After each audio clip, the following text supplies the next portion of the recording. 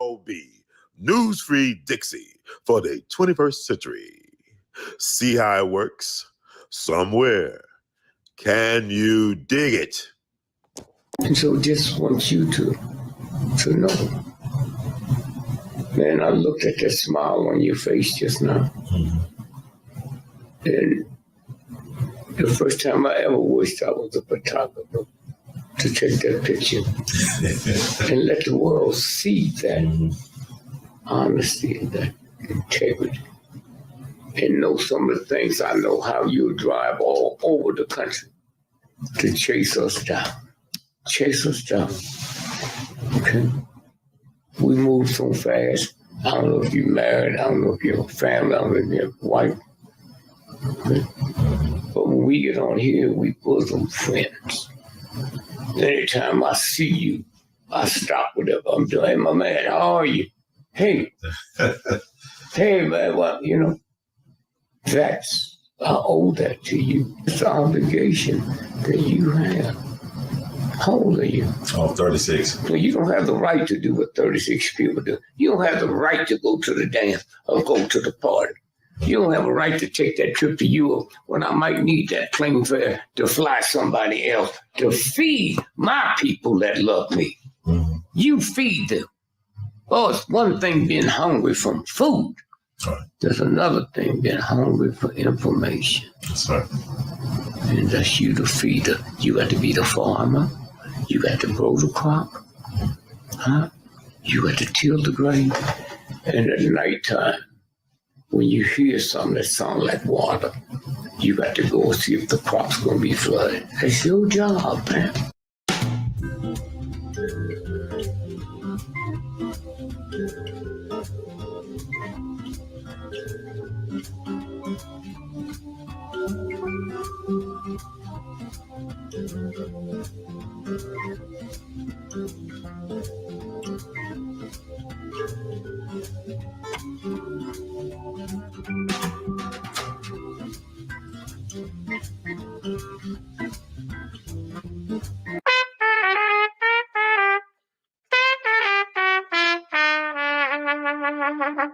Hey, everybody, this is Brother Ron. I am asking you all to do me a big favor. Think about supporting the We All Be movement. Your donation is tax deductible. The We All Be Group Incorporated is a recognized 501c3. And I'm just asking you all because I want to keep on bringing y'all quality work through the way that I know how to do best. And I'm going to sing my praises and toot my horn. A lot of y'all were not hip to Dick Gregory until Brother Ron brought him on the We All Be platform, until that jingle review we did. Y'all seen another side of Judge Joe Brown, and Judge Joe Brown's message has been amplified. But it was We All Be that brought Judge Joe Brown to y'all back in 2014. And so many others. And we covered so many things. So help us out so we can help you all. Peace.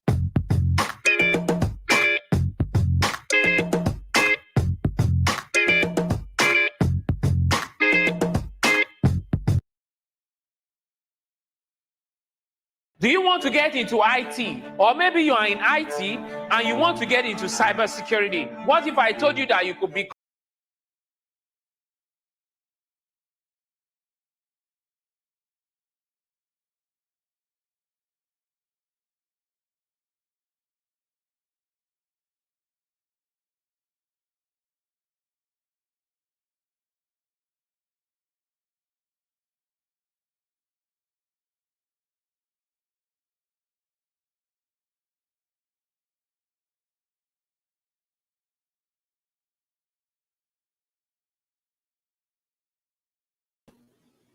And welcome back, family, to another wonderful, entertaining,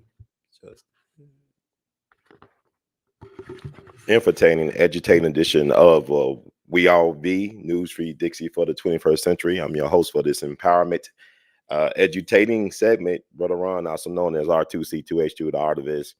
We just had to do it right. I got, some stuff going on in the world today. 2024 seems so not necessarily unreal, but surreal. And I'm just trying to check out some things. If you like the words from Brother Herb, please support. I'm just looking checking out stuff, see everything's okay. People said they're having issues, trying to check in. So I'm just trying to make sure everything is going on. Okay. Let me see something.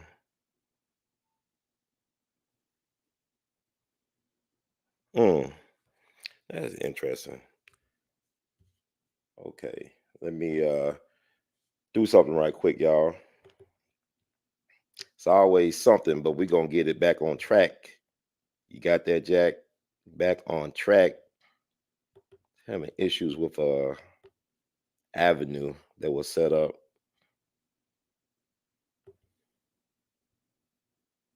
And okay, well, we're just gonna roll with it. We're just gonna roll with it. And we have on none other than the one and only person who definitely could speak to the times we are in. These are simply unusual and amazing times we find ourselves in. The one and only, truly in the words of Duke Ellington, beyond category, Judge Joe Brown. How you doing tonight, sir? All right, young man, everything's okay. Oh yeah, yes sir, yes sir. I'm here. You can hear me loud and clear. I hear you. All right, yes sir. Well, it's an honor to have you back on. I know it's been like too long, but you've been keeping yourself relevant and also in the news cycles, and people have been very much valuing your perspective. You've been very much a person that's been amplifying a narrative that needs to be amplified and really truly studied. Thank you. But I gotta, yes sir. Go ahead. I'm just kind of laughing at it. Go ahead. All right. Well, it's I'm learning for myself that sometimes if you want to help serve the people, you got to be perceived as a villain or somebody who's not on the right side of history. That's the price you pay for service to people that may not be aware of what's really going on or who they really are. So That's I a good thank you way for of that. putting it. That's a Yeah. good way of putting it. All right. Yes, sir. Not on the pop side of history. Yeah, but like even with the Trump situation, I believe that Trump will be vindicated and validated by history, not by these so-called scholars and academics with an axe to grind, whatever you want to say. But I believe that in my opinion, for me, he is the greatest president of my lifetime. I mean, I was conceived during the Carter administration. I actually met Jimmy Carter and Rosalind Carter, but I believe he's the greatest president because he set precedents that no other president has to endure. And he's standing strong. And I feel like a lot of us as Black men, we respond to that because he's showing you how to fight for your legacy and fight for your life and fight for your family. And I believe that, that's why some brothers are fascinated with Donald Trump, even the rappers. You had Waka Flocka did a concert, I believe, in Utah. And he told all the Biden voters to get out of his concert. Before he got their money, but he told them to get out the concert. This a rapper. But a lot of rap songs have been made by Donald Trump in the past. So I just think it's interesting that they have manufactured this stuff over the last 10 plus years. Like people used to love Donald Trump. He's iconic, and all of a sudden he's a bad guy. He's a villain. He's a monster. I voted for him the last 2 times I had a chance to vote for him, and this is going to be number 3. Yes, sir. Well, that's good to know. Hey, you know what? That's good to know. That's great to know because this is gonna be my 3rd time too. And I'm gonna tell you something. I see, Judge, you ran for mayor, and I believe you would have won. I think a lot of people would have went for you. Cause I actually convinced people one-on-one to vote for you, and they did. I just feel like you didn't get a fair shake in terms of representation in local media. But when you used to say when you was running for mayor that you want Memphis to be Chicago, I said he's out of his mind. Well, Chicago? Well, I'll be seeing on the news about Chicago. But Judge, I just came back from Chicago this past weekend. I love Chicago. I had no idea Chicago is a great American city, and it's powerful, and you can feel the power. I can see why a lot of our people left the country down here to go up to the promised land for them. But they're still in the American dream from us. And I remember I was with my cousins for a reunion, and we was downtown Chicago, and they pointed out and discussed, look at that sign on the side of that building, it's Trump. You remember like they said, well, Juicy Smollett what happened to Juicy him. Jesse. Juicy Jesse, right? What they said, what happened to him, and they said MAGA people attacking Juicy in Chicago. That's impossible. And Dave Chappelle made a joke, but they got a Trump sign emblazoned on the side of a building that they can't not remove by law. And then you got the situation where black people are really bad mouthing the mayor of the city for his tactics in supporting the migrants and not supporting the American citizens who are struggling. There it is. I don't know what they're doing. If you look at it in typical or traditional terms, but if you look at it in terms of they're trying to start a new religion, it makes more sense. Okay. A philosophy, a cult, something, a system of philosophy. We had communism, we had fascism, Nazism, and now we've got rainbowism. Mm-hmm. And that's not good for the country. I don't care personally what somebody does in their own bedroom. Get your freak on if that's your thing. But when it comes to other stuff, there are some principles, and this group is nihilistic. They're not about anything. They're not about duty, honor, obligation, accountability, responsibility. They're not about making where they live a better, safer, more secure place filled with economic prosperity. They're not about public peace, dignity, and order. They are about chaos. Do anything. No shame, no guilt. Everybody's entitled and everybody gets a participation ribbon, and no one is encouraged to feel excellent. No guilt, no shame, no control factors.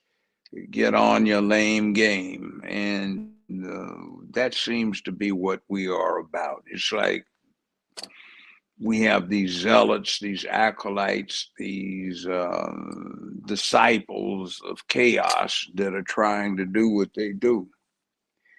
And you can't put a Christian cross, Islamic crescent, a Jewish star, a Buddhist symbol, a Hindu symbol, anything conferring a sense of Confucianism, but you can put a rainbow emblem anywhere.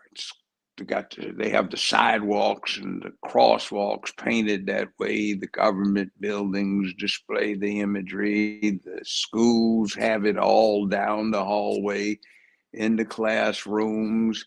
You have to tolerate it. It's forced down your throat. You have no choice, they want to tell you. And that's like the forcible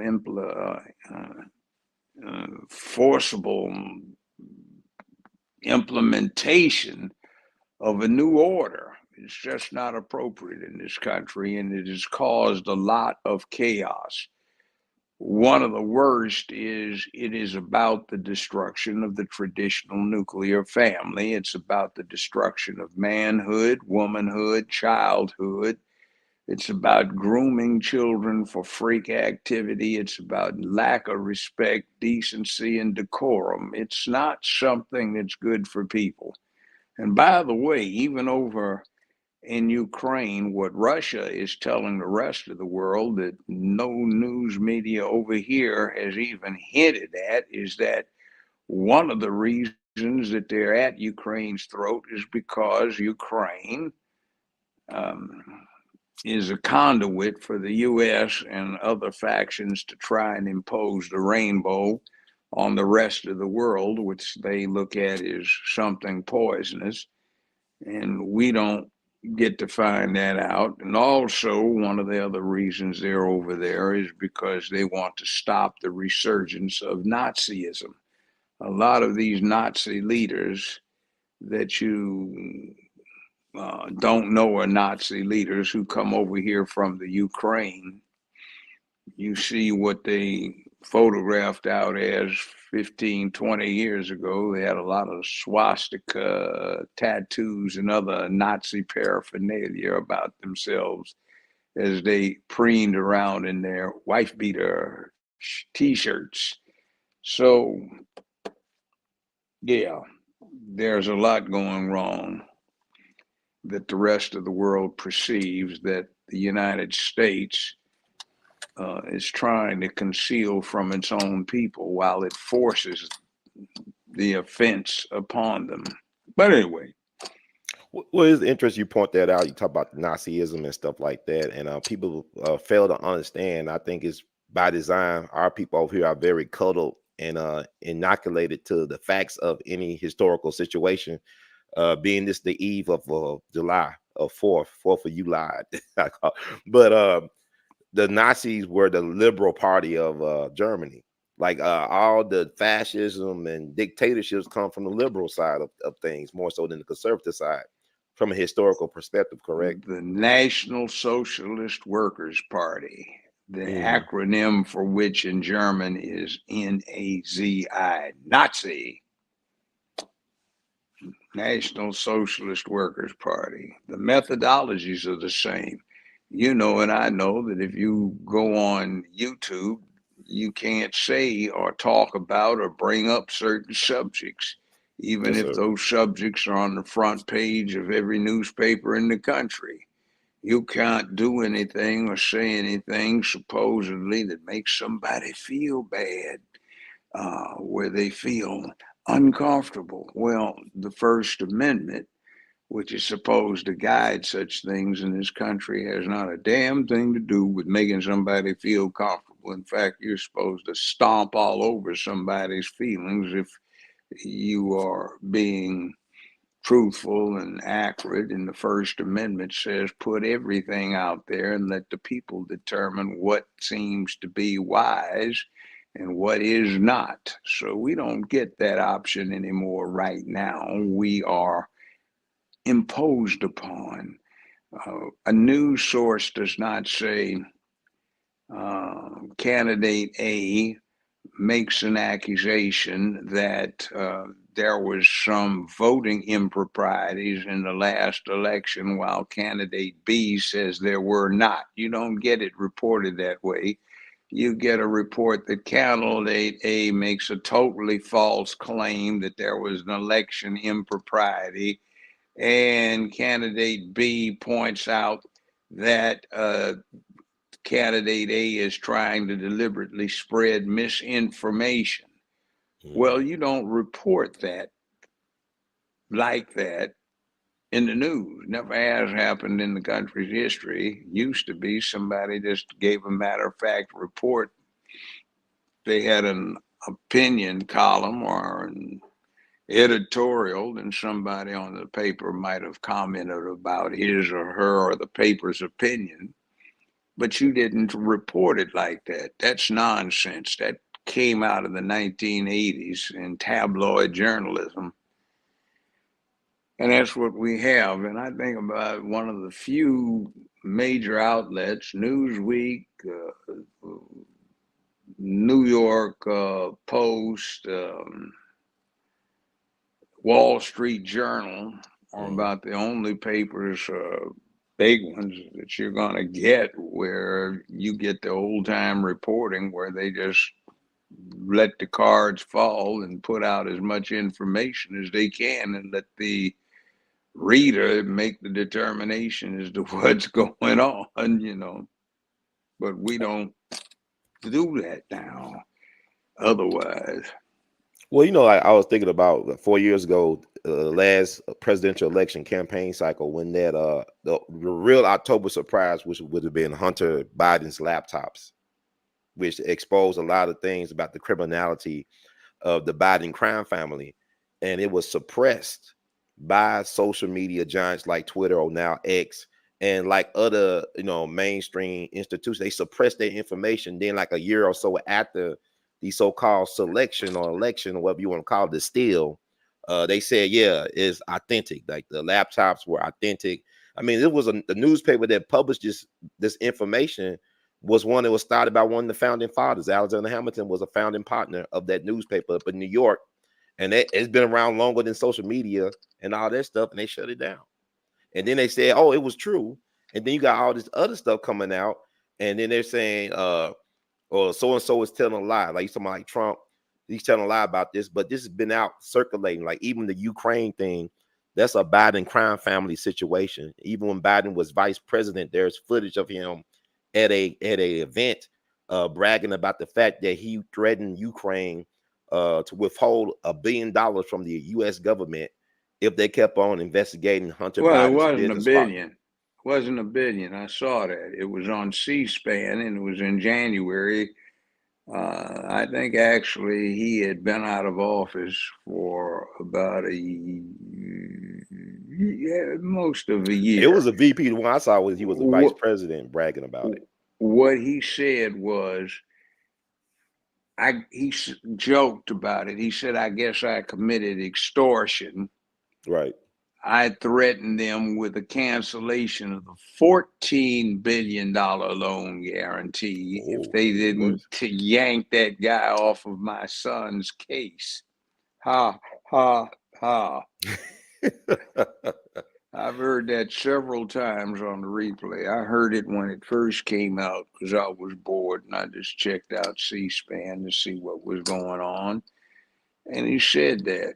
So he said it before, but that's the one where he makes no he gives no bones about it. Wow. He lays it out and says, I told them I was going to see to it that the $14 billion loan guarantee was canceled if they didn't. Now, there is an interesting thing too. In late October 2020, the Ukraine Supreme Court released a copy, unredacted copy of a long 100-some page multi-count organized crime indictment, and it named both Hunter and Joe Biden as defendants. Now, under the Article 6 of the Constitution says ratified treaties are part of the supreme law of the land and must be enforced by all judges in the United States. And one of the articles is a treaty negotiated in 1999 by then President Bill Clinton with Ukraine, and it says the United States and Ukraine agree to apprehend, detain, and extradite any the other. Hey, Judge, you broke up a little bit. Just had a blackout there, or you did too. Oh yeah, yeah. That's what happens lately with the censorship here. That's crazy. Anytime you come up with something against the party line, they interrupt it. But what I said is the treaty that Bill Clinton negotiated in 1999, and that was ratified by the Senate. So under Article 6 of the Constitution, it becomes part of the supreme law of the land and must be enforced by, amongst other things, all judges in the country. It says the United States and Ukraine agree to apprehend, detain, and extradite anyone wanted by the criminal process of the other. So technically they're supposed to take Biden into custody and send him over there, but that wouldn't happen because he's the chief executive and there are too many security interests that would be compromised. And it is what it is, but as soon as he gets out of office, they need to snatch his old decrepit behind and send him over there. But are we in Ukraine because we really need to be, or are we in Ukraine because we're trying to bribe them, or the U.S. resources of the U.S. are being used to bribe them so that they dismiss the indictment counts against Hunter and Joe Biden, which is what I suspect is the reality. So all of these pundits that are talking about, oh my God, they have the heebie-jeebies about the new change in law to protect Trump, which it is not. It's just a return to the law as it has been. They ought to be paying a little bit of attention to what's going on with their beloved senile senior citizen. Now, one thing I would offer in my legal analysis, and I'm not a rookie at this since I think I've been doing this for more than a half century. Yes, sir. Went to a first class law school that a lot of these pundits couldn't get in.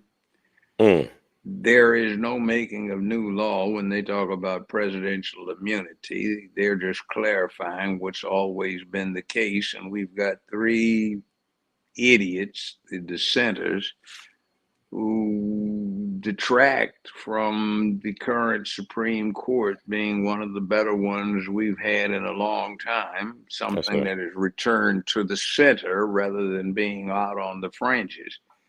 I also am embarrassed by something that is brand new, that's Sotomayor getting on television and crying about her emotional reaction to stuff, and that's just not to be done. The Supreme Court justice has no business getting up on anybody's TV or anybody's report and talking about she's crying, because law is supposed to be about dignity, order, legal principle, and precedent, with a concern for justice and equity, not some fool's emotive reaction. And I call, with due respect, her ladyship's foolery, because it was ridiculous. And that embarrassing Tanjay Jackson, the head scratcher that didn't know whether what a woman was, I find that an acute embarrassment, and I can think of somebody that was on the Second Circuit, Rogery Clifton, a sister, good sister, who would have been a much better choice, or in the Memphis area, Justice Bernice Donald, who's on the Sixth Circuit Court of Appeals. She would have been a good choice, but we don't get them, we get mediocrity. So it is what it is. And blah, there we go. Now, one other thing too, this is the 4th of July. Yeah. But it is a particular anniversary year. It is the 235th anniversary of the adoption of the Constitution, not the Declaration of Independence, which is several years before, but the Constitution was ratified and put into effect in 1789, which is 235 years ago. 2 more years from now, it would be 1791 when the Bill of Rights was ratified and adopted. And what we see is an effort to get around the Bill of Rights. And this whole thing about the persecution of Trump is exactly what was sought to be prevented by the Bill of Rights. So you did not have a government entity using its power for political oppression. But there you go. Now, to show you the obvious, quick explanation of why some of these pundits are so full of it when they're talking about the horrors of him trying to act like he's a king, which he's not. And by the way, that was taken from an obscure line in the Federalist Papers, of which there were thousands of pages, which was an effort to secure ratification of the Constitution and later of the Bill of Rights. The flaw that was being cited about the equivalence of a president and a monarch being undesired, that was quite well corrected in what actually came out and what was adopted. That's not what's going on. But here is the saw.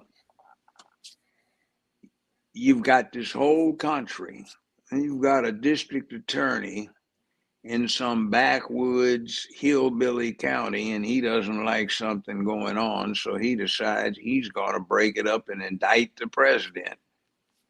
You don't want that to happen. The other thing is as long as a person is behaving, not behaving, but doing something official, he's immune. If it's Mm. not official, he's not immune.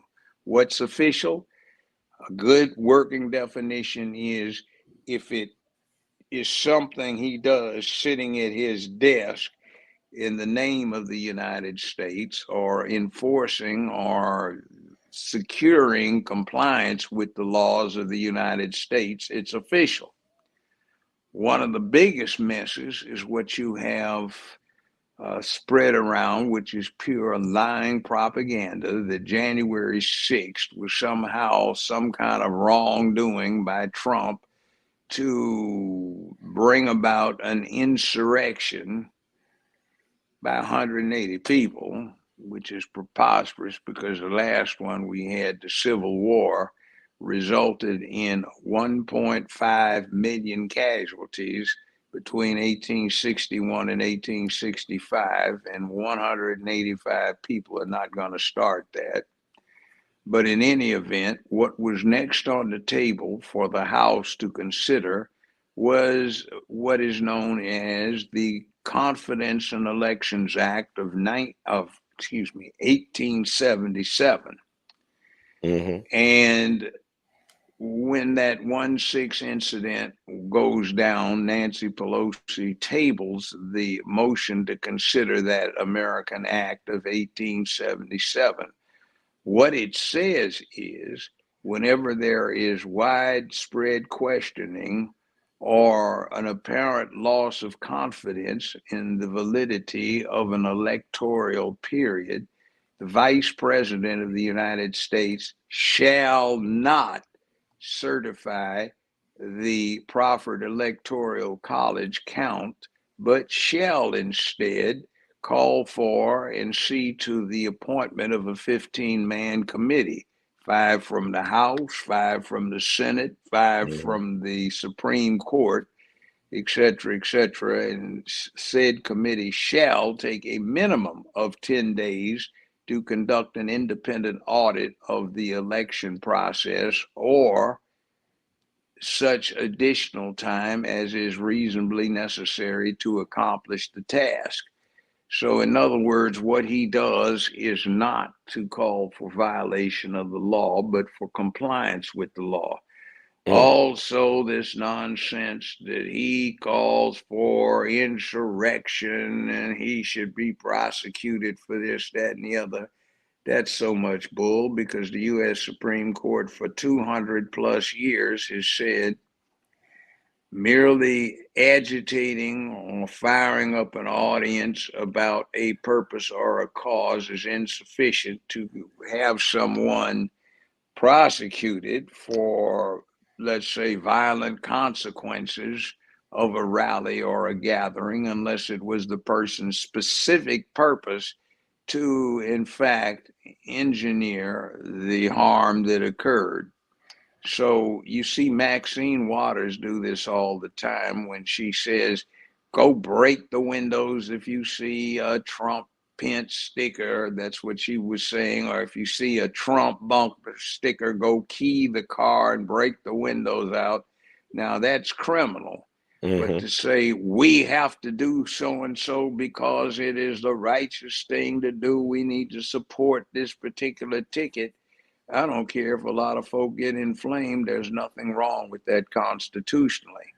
See, there is a concept in American law about the people being able to see to their own affairs so that you don't need a totalitarian government to take care of that kind of thing. The people can. But like driving an automobile, there are collateral dangers.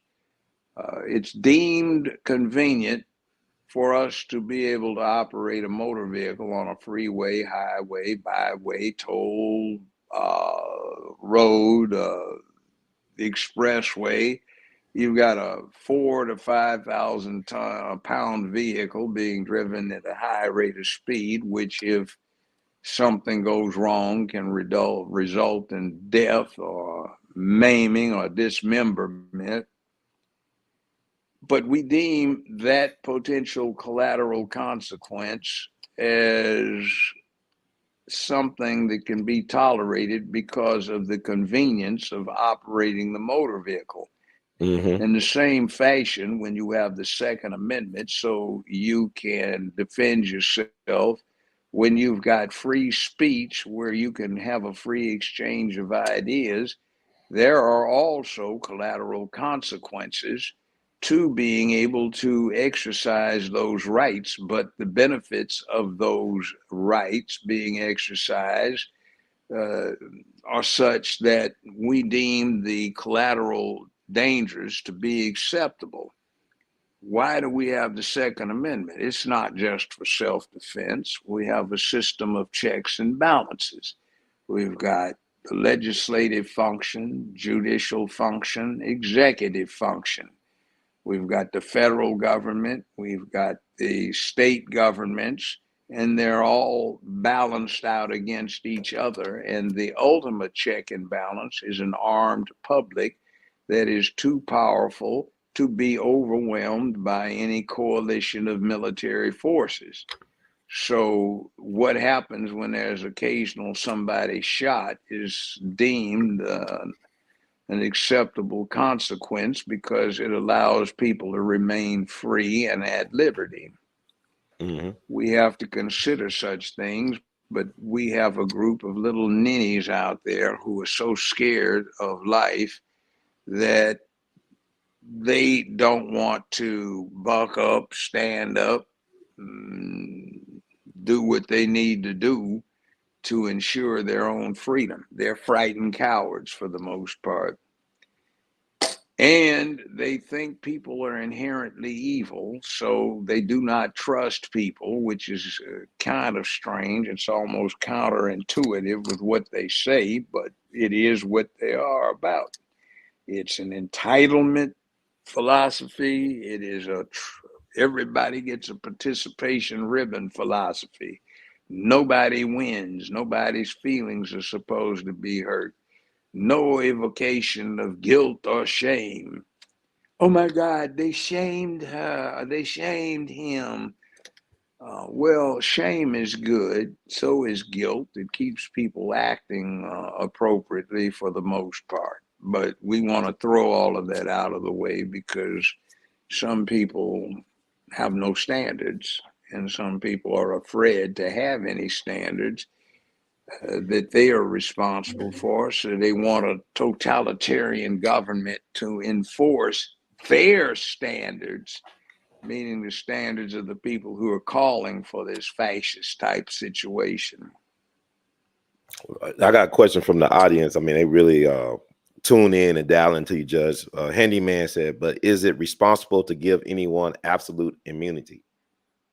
Nobody has absolute immunity. Nobody said that. And if anybody claims they did, they're a damned liar. No, I say he said, is it responsible? No, I'm just saying nobody said that. In Okay. other words, you get immunity for the job if you're doing the job, but you don't get absolute immunity for anything. Let's take a cop. Okay. Cops in uniform, there is a call, there's an armed robbery going on. He shows up, he sees gunfire. He pulls his service weapon and he shoots somebody dead who has just shot 3 other people during the course of the armed robbery. Well, obviously, he's immune. Nothing's going to happen. It was in the line of duty. Right. Let's take another situation. He is a cop. He's off duty. He's going in to get a few quick items, and he's gone through the fast check line at the grocery store, if there's still one in that grocery store. And there's a robbery that goes down. He pulls his weapon and he shoots and kills somebody who is legitimately attempting to hold the place up. He's immune. Okay. Now, let's take the same cop situation, but let's change it around. He's mad because somebody's been doing his old lady. Well, he decides that he's going to go get revenge, so he gets his pistol, goes out, finds him, shoots him, and kills the guy who has been offending him. That's not in the line of duty. There's no immunity for that. And if you want a quick and dirty definition of, is it in the line of duty? Is it in the course of performance of his job? If it's something that you would expect to be done while he's sitting at his desk, then it's official. That's why I gave the example of what happened with January 6th when he calls on Pence to follow the law. Mm-hmm. And also, man, to give Trump his credit, he did leave office, even if under scrutiny and question. He left office. He gave up power. He gave it up, even though he thought he was wrong, and a lot of people thought he was wrong.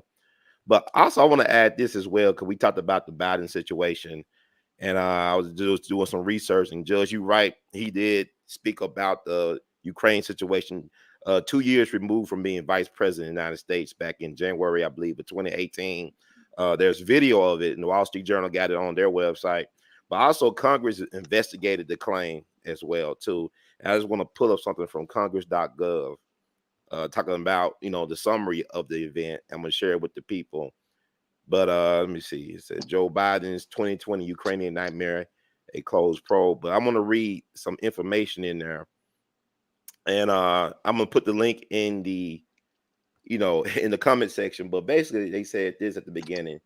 They said 2 years after leaving office, Joe Biden couldn't resist the temptation last year to brag to an audience, foreign policy specialists, about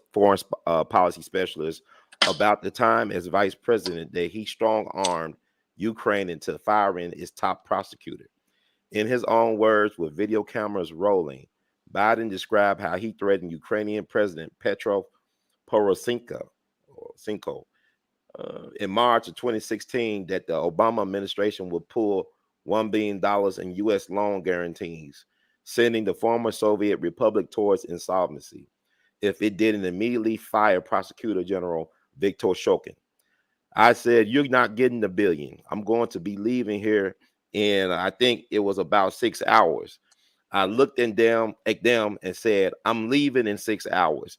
If the prosecutor is not fired, you're not getting the money, Biden recalled telling Poroshenko.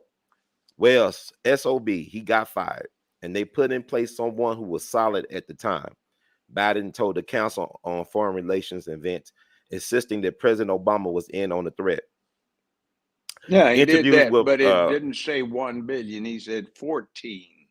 Well, I mean, that's what I recall too. I just didn't know he was not sitting vice but you president. They got the video. You can't always rely on what even more reliable mainstream media is reporting. It's not always accurate.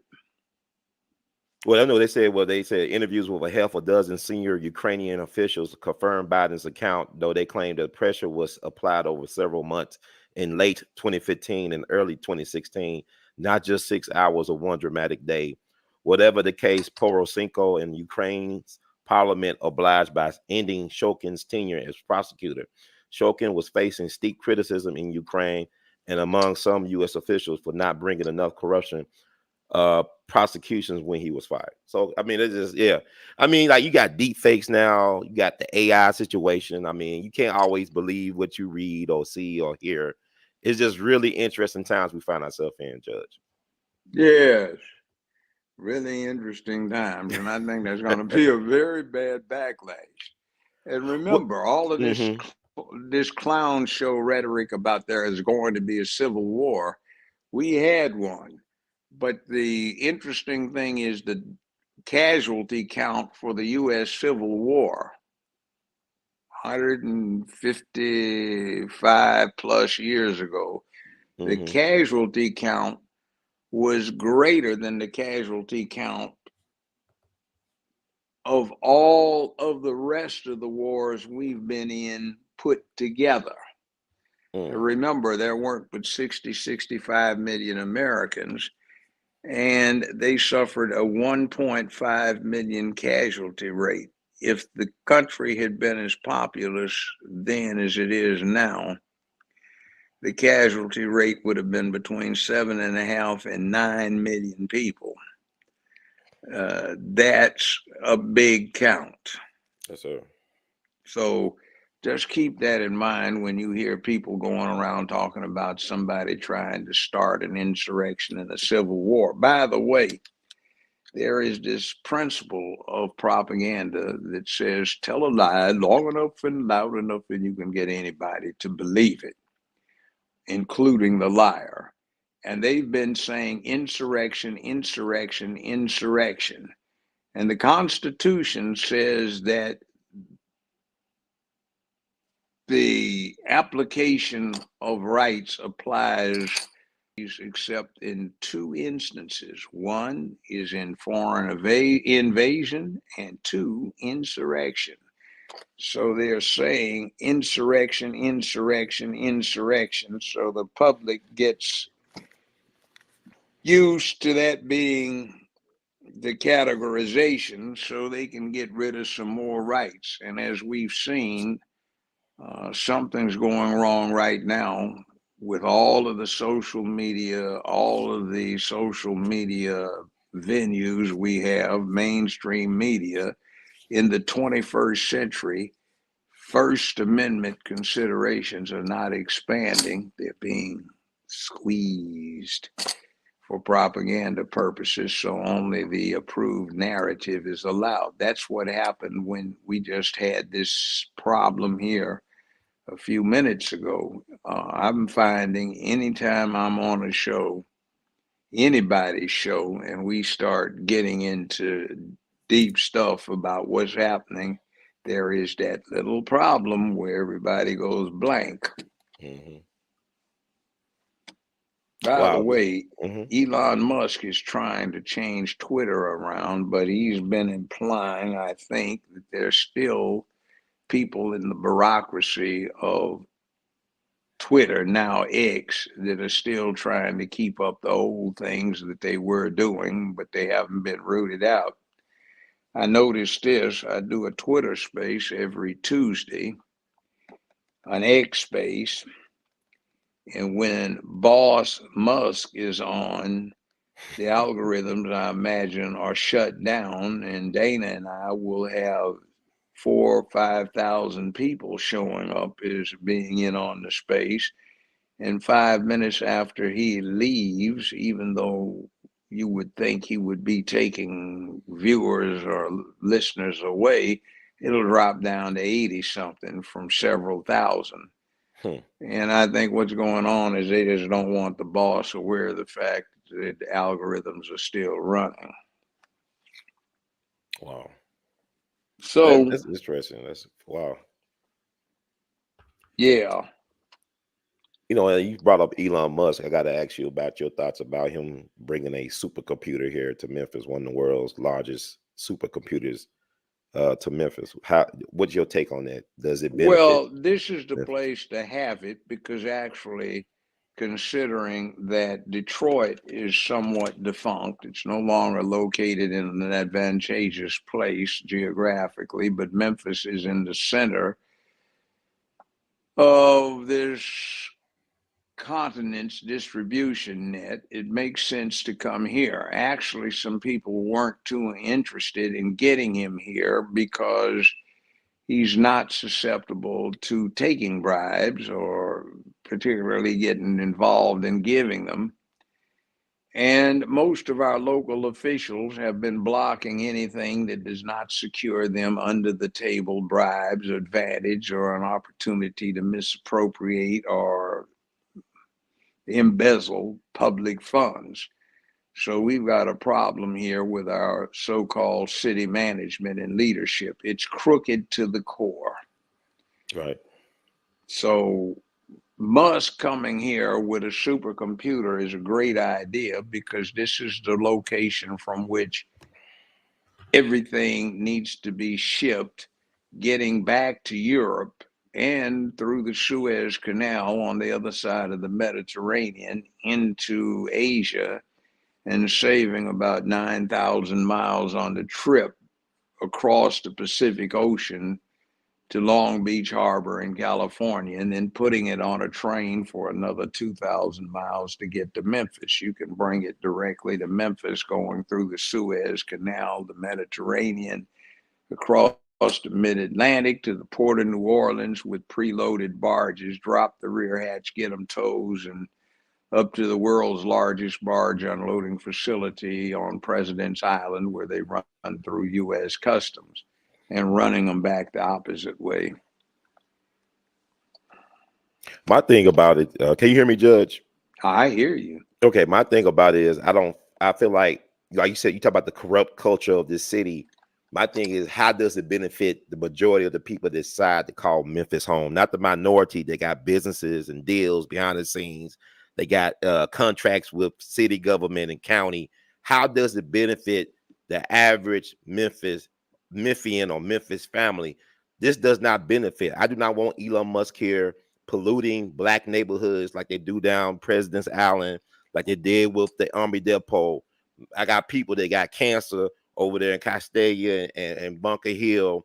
My grandparents died of cancer, cousins died of cancer. They all was near their Army Depot that leaked all types of chemicals into the ground. People, I mean, this is like, to me, he's a South African. His family made their wealth out of exploiting black people in South Africa. And people said, well, Memphis going to scare Elon Musk away. He used to deal with black folks a certain type of way. So I feel a certain type of way. My leadership tells me, so-called leadership, that he's coming here, but that's not going to create jobs. It's a supercomputer. If they do bring in people for jobs, it'll probably be people from his own little clique or outside of the city that doesn't benefit, because you got kids right now. I talked to a young MLGW engineer, a young black man. He went through public school. He wanted to be an engineer, went to the University of Memphis. He was so bad at math that he had to take remedial math his freshman year in college. And he's not stupid, but he was not trained properly within the so-called education system to be ready for those type of opportunities like a supercomputer, like a Blue Oval. But he made it through because he had a work ethic. He was disciplined. The teacher saw potential in him. They worked after hours with him on his craft. Now he's an engineer making pretty good money.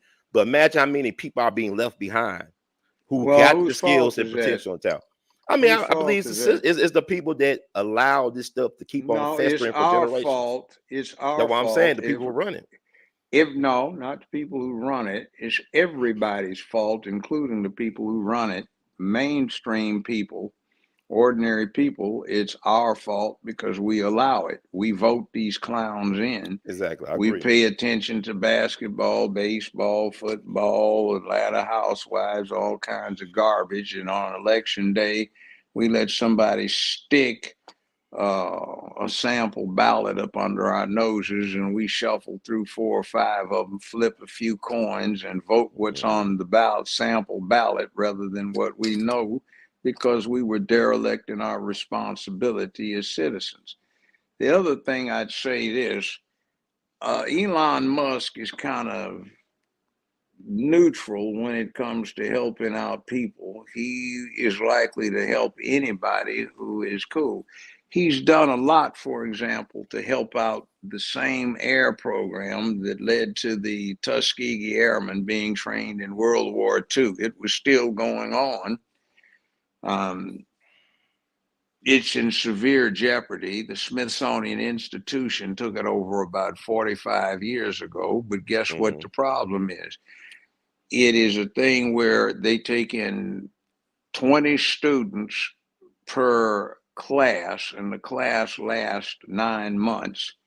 They get uniforms, free room and board, an expense allowance, and when they come out, they get an airline pilot certification, a license, in multi-engine aircraft and instrument flying that immediately qualifies them to be second seat for any of the major airlines for their smaller aircraft. It stands in for basic flight training for the military. It does not negatively impact, but positively impacts them if they want to get a college degree or join the military. You have to be 18 years of age, up to 21, vision correctable to 2040, just 2040, not perfect. All right. And you have to have a C average in high school and no criminal convictions. But do you know what the problem is? For these 20 slots for the last 3 classes, they've only had, guess how many applicants?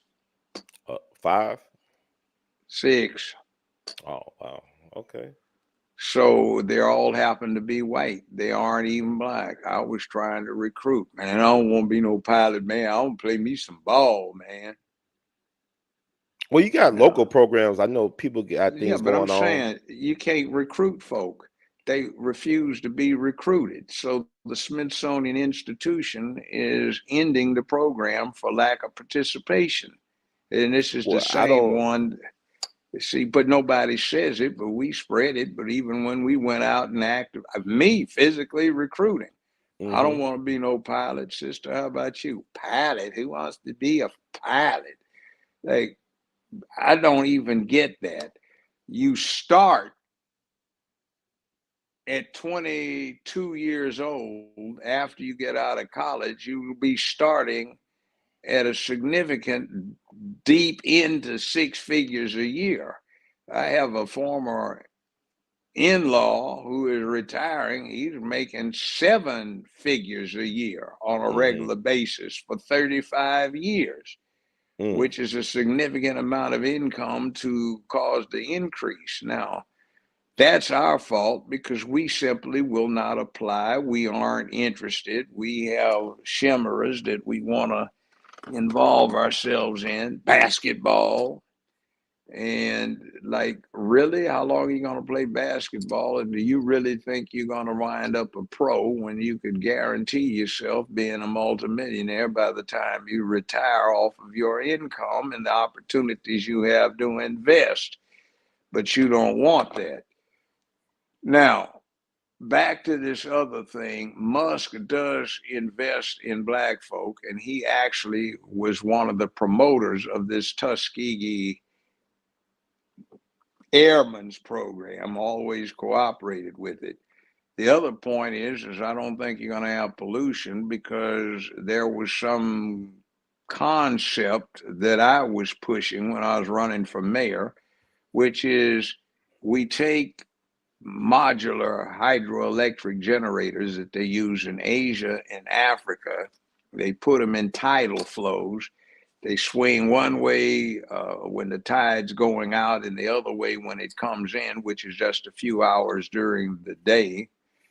And you use the current to generate electricity. You do not need to burn any fossil fuel at all. You just store the electricity. Well, since the Memphis shoreline is on the Mississippi that flows 24/7, there is no tidal in and out flow. It's just continuous. You don't need the storage batteries that you need for the tidal flow generators.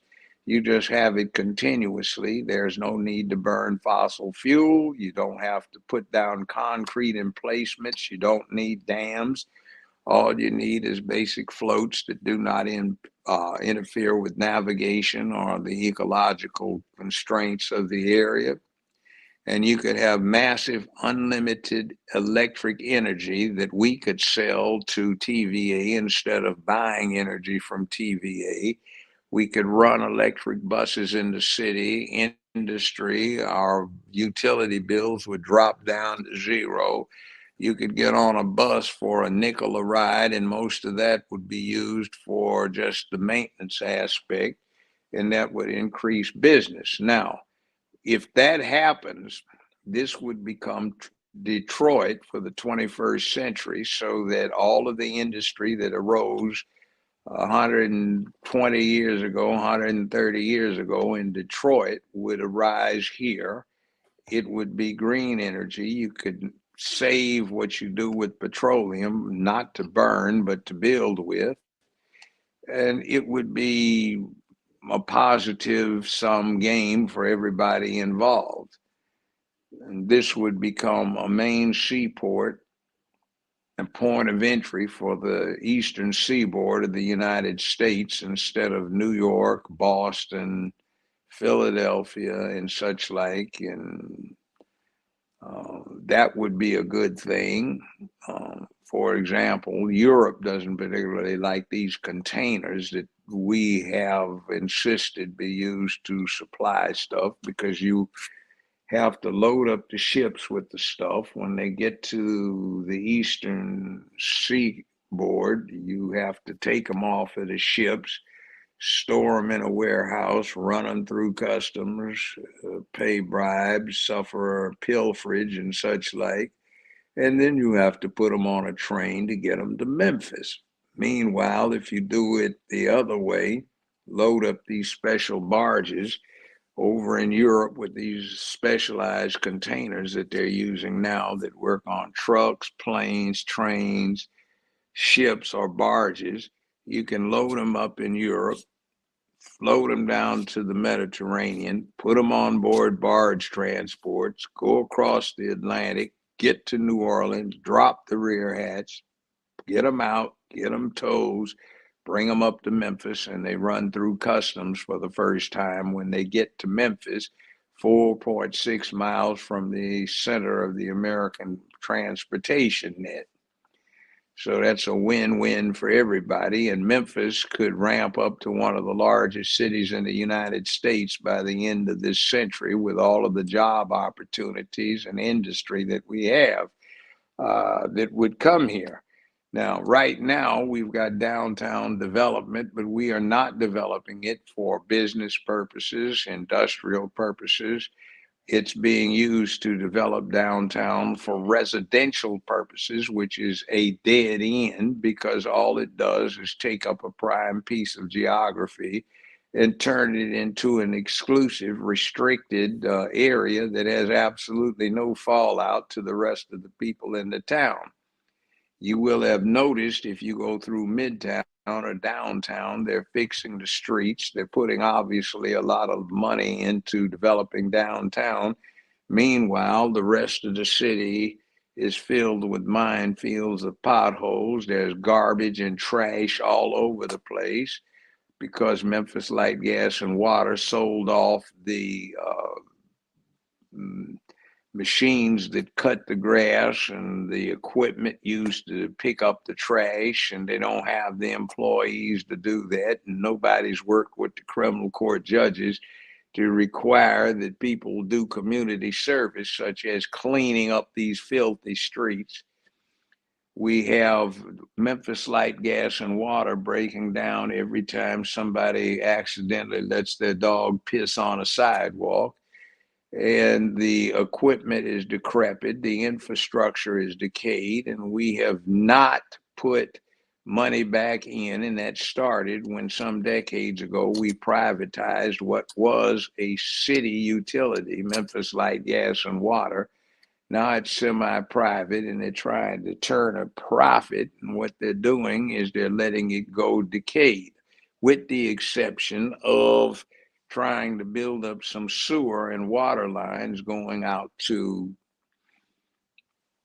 what will be Blue Oval. Now, Mason, Tennessee has 5,200 people.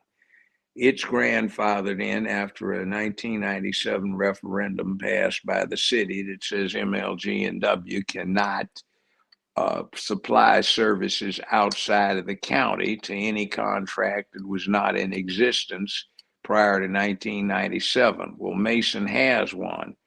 So one of our local people, I'll name the name, Van Turner, came up with an idea when he dismissed the lawsuit that Mason filed against the state comptroller's office, such that Mason will dismiss the lawsuit and pay off the debt that was accumulated when some crooks stole from them over a 20-year period, which they can't do because they don't have a tax base.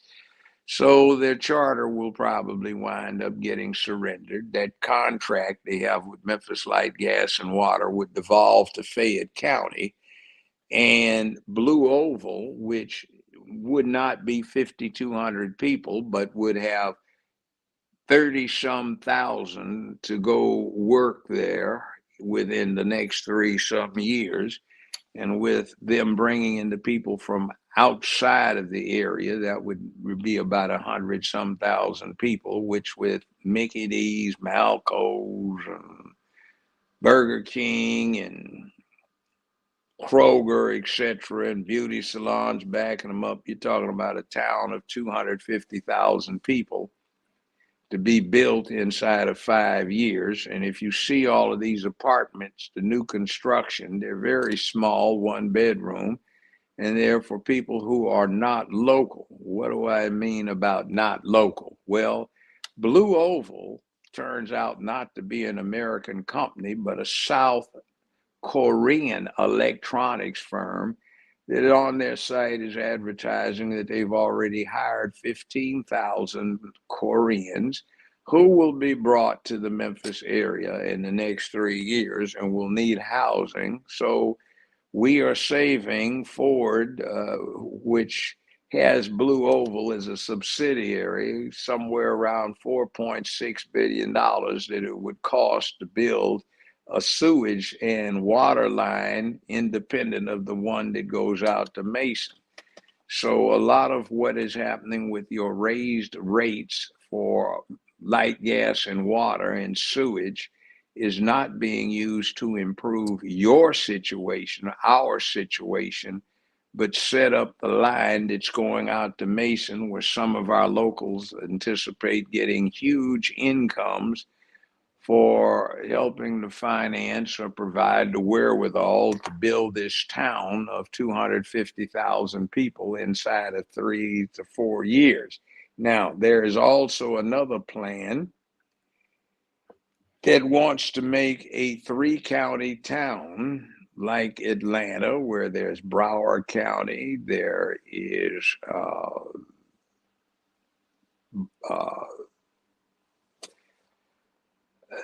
two other counties in there. Oh yeah, it's Including Atlanta. the Yes, one big. where we're getting Fannie and her bunch in there. Fulton County and Cobb County. Or like Miami, where 3 counties go in there. So in this case, we'd have Tipton County, Fayette County, and Shelby County with a mass city of about 200, not 200, but about 2.5 million inside of 10 to 15 years, which would be the biggest city in Tennessee, and all that bespeaks. And some people would get in on the financing and in the deals.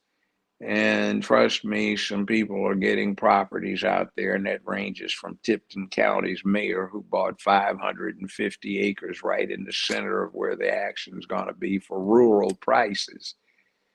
So we're getting left out of that, and some people are telling us to go to hell because they have an opportunity to get very, very well off financially with what they're going to be able to do. Meanwhile, we get screwed. So a lot of our resources are being diverted to other purposes. I'll give you an example. We had $350 million that came in from the state of Tennessee that is being touted to improve and renovate stadiums. Well, what stadiums are they talking about for the $350 million? Essentially, what they're lying to cover up is that the $350 million goes to FedEx Forum to build about 25 skyboxes that are going to service how many people, versus $350 million being used to shore up and renovate the infrastructure we've got that's fallen down. We've got a thing where Green Space is trying to get the contract to operate city parks, county parks, which would include Shelby Farms, the fairgrounds. Now they'll tell like, but Green Space is Van Turner's organization, right? Yeah, that's They're the right. one that brought Forest Park. The Van Turner as the Shelby County Commission to help remove the statue under questionable circumstances. Well, because like people don't know all this is Memphis local, because they're not getting this. Unfortunately, the people in Memphis are not getting this information like they should. Like I said before, it does not benefit us to having Blue Oval and supercomputer man.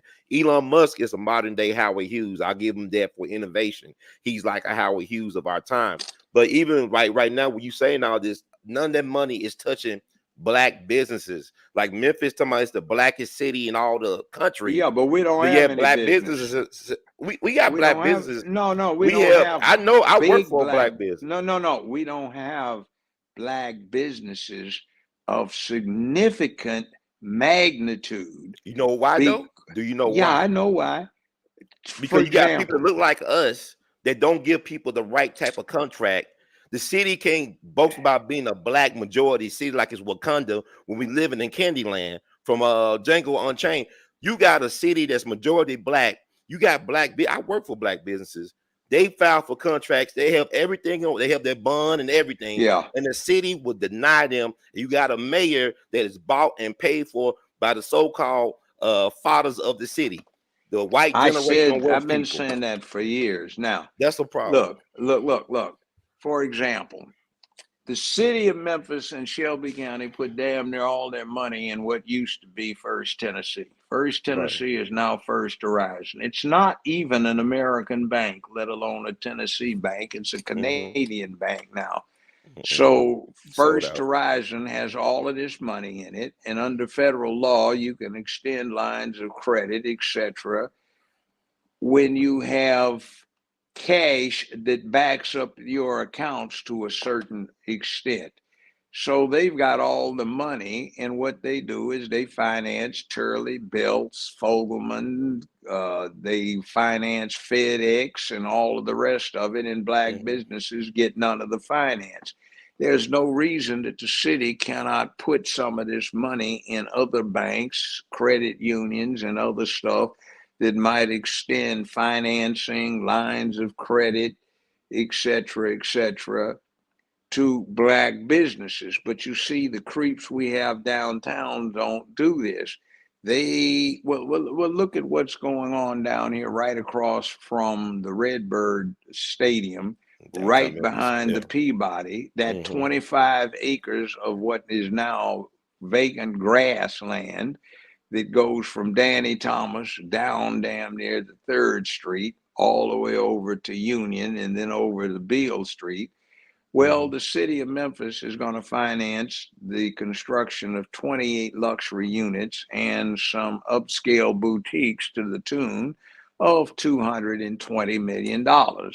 All right. Downtown development has secured $210 million to financing a major international hotel chain's expansion downtown, and some of our elected officials have already gotten 3.7% of the deal, which works out at $5.6 million in their pockets just up front, and we get nothing out of it because they want to make it for tourism, and they're telling people the lie that most of our money that we have to operate the city comes from sales taxes generated by tourism, which it does not.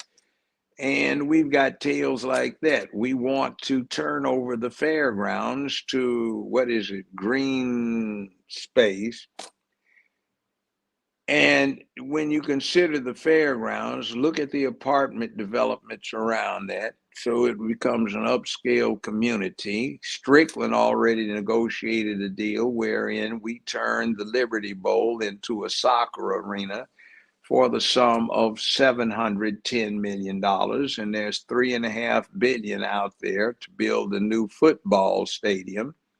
There's $500 million out there to renovate the Mid-South Coliseum and turn it into what I style an opera house. And all of this money down there would be able to be operated by Van Turner's company, you see, and all of the profits that come in and the payoff here and there and whatever. Now, Tammy Sawyer, who is running to be clerk of the General Sessions Court, which handles more money than any other agency in the county, was part of the process of introducing a resolution to sell the park on Union and the one next to the Metal Museum where Jeff Davis's statue was located. the parks were sold to Van Turner's company that he incorporated for the specific purpose of operating parks. They were sold to him for just $1,000 a piece with no bid. Tammy Sawyer allegedly had a brother who wound up getting paid $55,000 per statue to take them down and $5,000 a month to store them for 3 years. The statues were sold allegedly to a Mississippi Confederate museum for $1.5 million a piece, and the taxpayers got none of that money. They did. Meanwhile, the hospital complex wants to build a hotel for the families of children treated at St. Jude and Le Bonheur, and put a research facility in there, and the rent for that would be a couple of $100,000 a month paid into Turner's Corporation, as well as all of the operating revenues out here at what would be the fairgrounds, and also turnover operation of Shelby Farms to his organization, with an expansion out there, which, as you can see, there is now a restaurant out there, the Fish Company, on the lake, and they want to do some expansion of that kind of business. But that's the same kind of poison that resulted in Memphis Light, Gas, and Water changing from absolute reliability to absolute unreliability when they privatized it. So we've got to look into that, because that's quietly being dealt with behind our backs, and we are getting a loss of resources. Tammy Sawyer handling all of that money for the people of Shelby County, considering her track record, is just absolute poison, because there are too many opportunities to not do what you're supposed to do, and the woman doesn't have any particular background in that field anyway. Another thing about a rookie getting in charge of a very complex business that they have no business trying to run, because not only do they not know how to do it, the allegations that are out there suggest that it will be another profit-making opportunity at the expense of the citizens of this county. So we have to look into stuff like that. Meanwhile, Musk wants to do something that he has a commitment to. Now, he started PayPal. He started PayPal to make money so he could start making electric cars that are environmentally friendly. He wanted to do that to set up a financial base so he could build the Starship, world's most powerful rocket, the launch vehicle being one thing, and the payload carrying part of it is supposed to be able to take 200 passengers at a time to either the moon or Mars. And he wants to do that because he says it's too dangerous leaving mankind on just one planet. We could all get easily wiped out. And then the other thing is he indicates he took over X because in order to get there and not get subverted by some selfish interest, we must have free speech. So he took over X, spent a lot of money and time on it, so that he can guarantee that the people will have a free exchange of ideas, so they will keep focused on moving forward with progress. He also has indicated that he thinks everybody gets ahead, because if you leave one group behind, that's a load on everybody else. So he would be able to use green energy. He would be able to use some forward thinking to get people the option of getting off planet. And he would be able to keep things functioning in a fashion suitable for a democratic republic or a constitutional republic, so we don't chop ourselves up. Now, I think that the type of industry he's talking about is not going to be a polluting industry, but a clean one. it is necessary to keep going into the 21st century to go there. So the question comes to the fore, do we want that to happen in Memphis, or do we want that to happen someplace else in America and leave Memphis to its cesspool status? The other thing is that he pushes education, and he wants to make sure people get educated greatly, and that includes everybody. So I don't think it would be a bad thing. He's not the type to do the short-term ripoff because he thinks in terms of the big picture. Okay. Now, I have some mutual contacts. I don't know if he knows me from Sam on a poster, but you know, I get feedback back and forth, and what I'm getting is pretty positive. He's not a rip-off artist, and he has another idea that could be, hell, I've suggested it and had people push it to him. I don't know if he's received it, but Tesla is the name of the car manufacturer. But the real Tesla was in competition with Westinghouse 100+ years ago to transmit energy, not by wires and cables like we do now, but it can be broadcast like a radio wave. So using the expertise of Tesla dealing with electric matters, we could potentially solve a lot of problems by, instead of remaining committed to cable transmission of electricity, to start broadcasting it so that it becomes more widely available on a cheaper price, and it becomes cleaner because that allows a great saving in the loss of the electric currents that you get when you run them through wires. So there are all kinds of things that could happen in here in terms of bringing magic to the table and bringing everybody into the 21st century.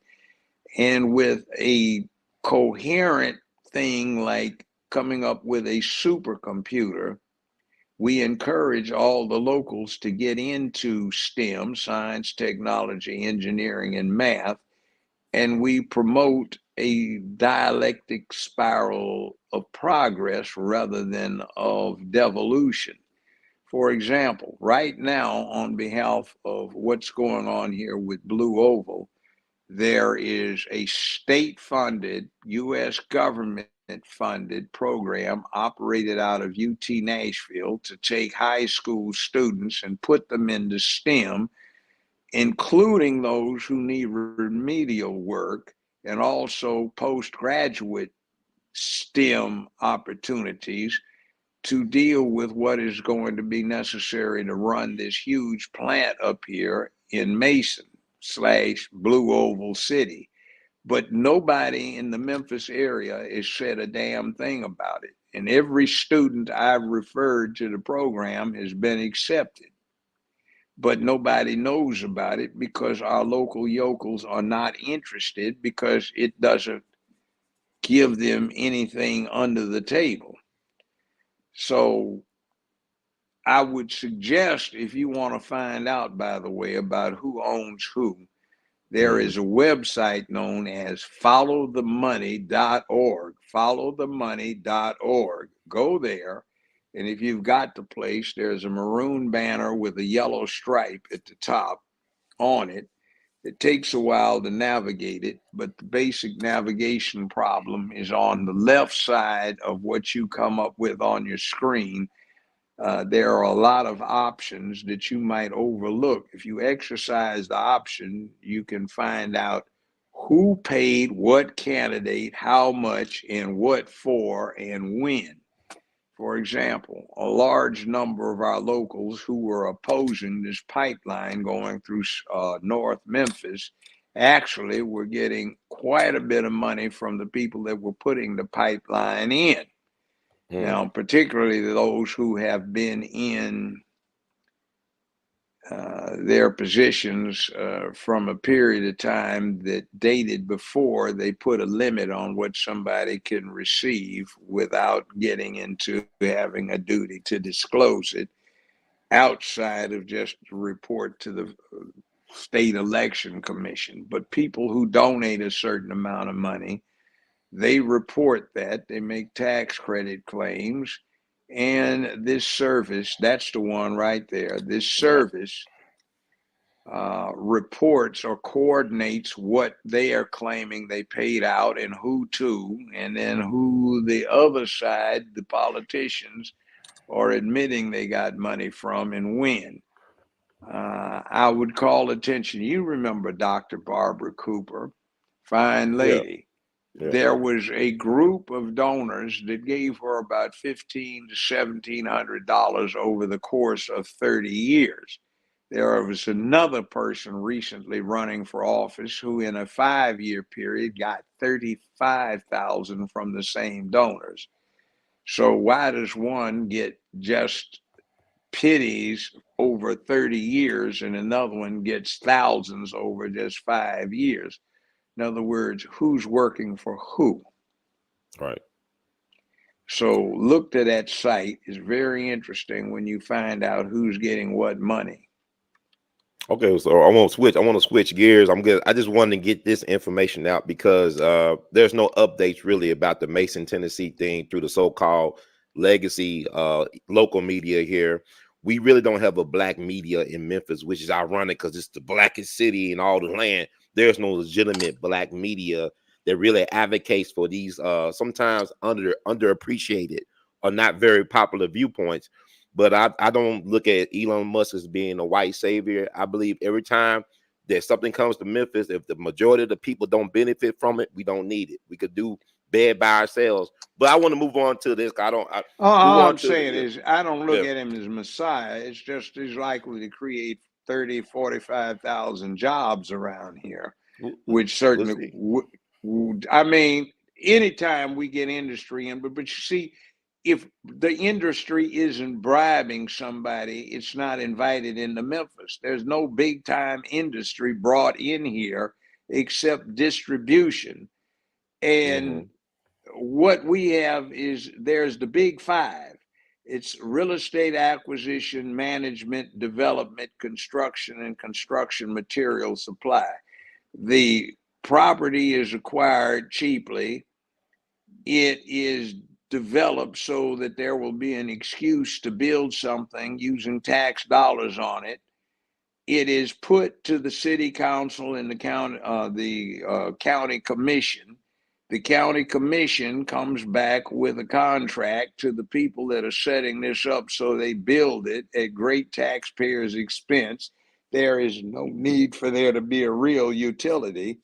And we just waste dollar after dollar on construction projects that just a few get, that nobody black winds up getting a dime out of. Meanwhile, the only big businesses we have in town that employ a lot of people like FedEx are into distribution. So those 6 fields monopolize most of the finance and opportunities in town. Meanwhile, we've got black businessmen that can't get a loan, can't get lines of credit because our elected officials don't see to it that they do. We've got churches that take literally billions of dollars out of the city to put into religious edifices that wind up in mortgage payments going to Florida, Pennsylvania, New York, and other places, and nobody black even works as a secretary for these enterprises. We don't have the churches putting their monies together in credit unions that they could loan out. And the problem is that we've got Negroes running around saying, I tithe 20%, I tithe 25%. And frankly, you're a damn fool if you give up 20% or 25% of your income to some pulpit pimp so he can get his wife a fur coat that goes down to her ankles, or a new car, or his daughter one, rather than doing something for your own community, which sucks the investment funds out of the Black community, so they're not there to be developed. Additionally, we have a feeling of distrust for each other because of the crooks we have that are going around setting the tone for everything. So we don't have any cooperative ventures. We've got youth completely out of control and nobody able to go deal with them. And have you heard about what happened in Chattanooga with their chief? Oh, what happened, Judge? She got indicted, 17 separate counts, and she surrendered, was arrested, and was put on bond. It turns out she's from Atlanta. There are allegations that she used to work closely with our chief, who was under investigation in Atlanta, got demoted, then fired, but rehired because in her demoted state, she was civil service. She resigned and went to Raleigh-Durham, North Carolina, where she got under investigation again before we hired her as the first civil service chief in 41 years. What was she under investigation for? Well, the subject matter was child pornography, not mishandling of a SWAT team. And most of the people she was involved with are doing federal time, 10 years and 25 years in federal penitentiaries, but that's our chief. Meanwhile, you saw what happened with our assistant chief, who turns out to have been an Atlanta resident and also worked closely, allegedly, with our chief and allegedly with the chief up in Chattanooga, who just surrendered on a 17-count indictment and was released on bond. So we've got some interesting things to do. And meanwhile, I'll tell you what some interesting thing of corruption is. What's the young man that got beat up by the 5 cops and he died? Tyree Nichols. Yes, Nichols. Well, there's a little technicality under Tennessee law. Tyree Nichols right now is the subject of a lawsuit filed by his biological mother. But under Tennessee law, she has absolutely no standing as a plaintiff because she put the boy up for adoption. So when the boy was adopted, she lost all rights. Now, Tyree Nichols' child does have some rights, but the people that have the rights are not his biological parent, but his adoptive parents who are white out in California, who sent him back here to meet up with his biological family. So it's going to be interesting if Strickland and Davis and Young wind up settling the case with somebody that has no standing as a plaintiff, using Ben Crump, who seems to have been unaware of the requirements that you have a person with standing if you want them to be your client in a major suit against the city for wrongful death, so to speak. But that is preposterous. They're asking for $550 million. So if the city does not put up a defense to that, there's a fix in. But that's just based on allegations, but let's see what happens. But I can tell you, if they do not vigorously oppose the situation as it is now, there's a fix.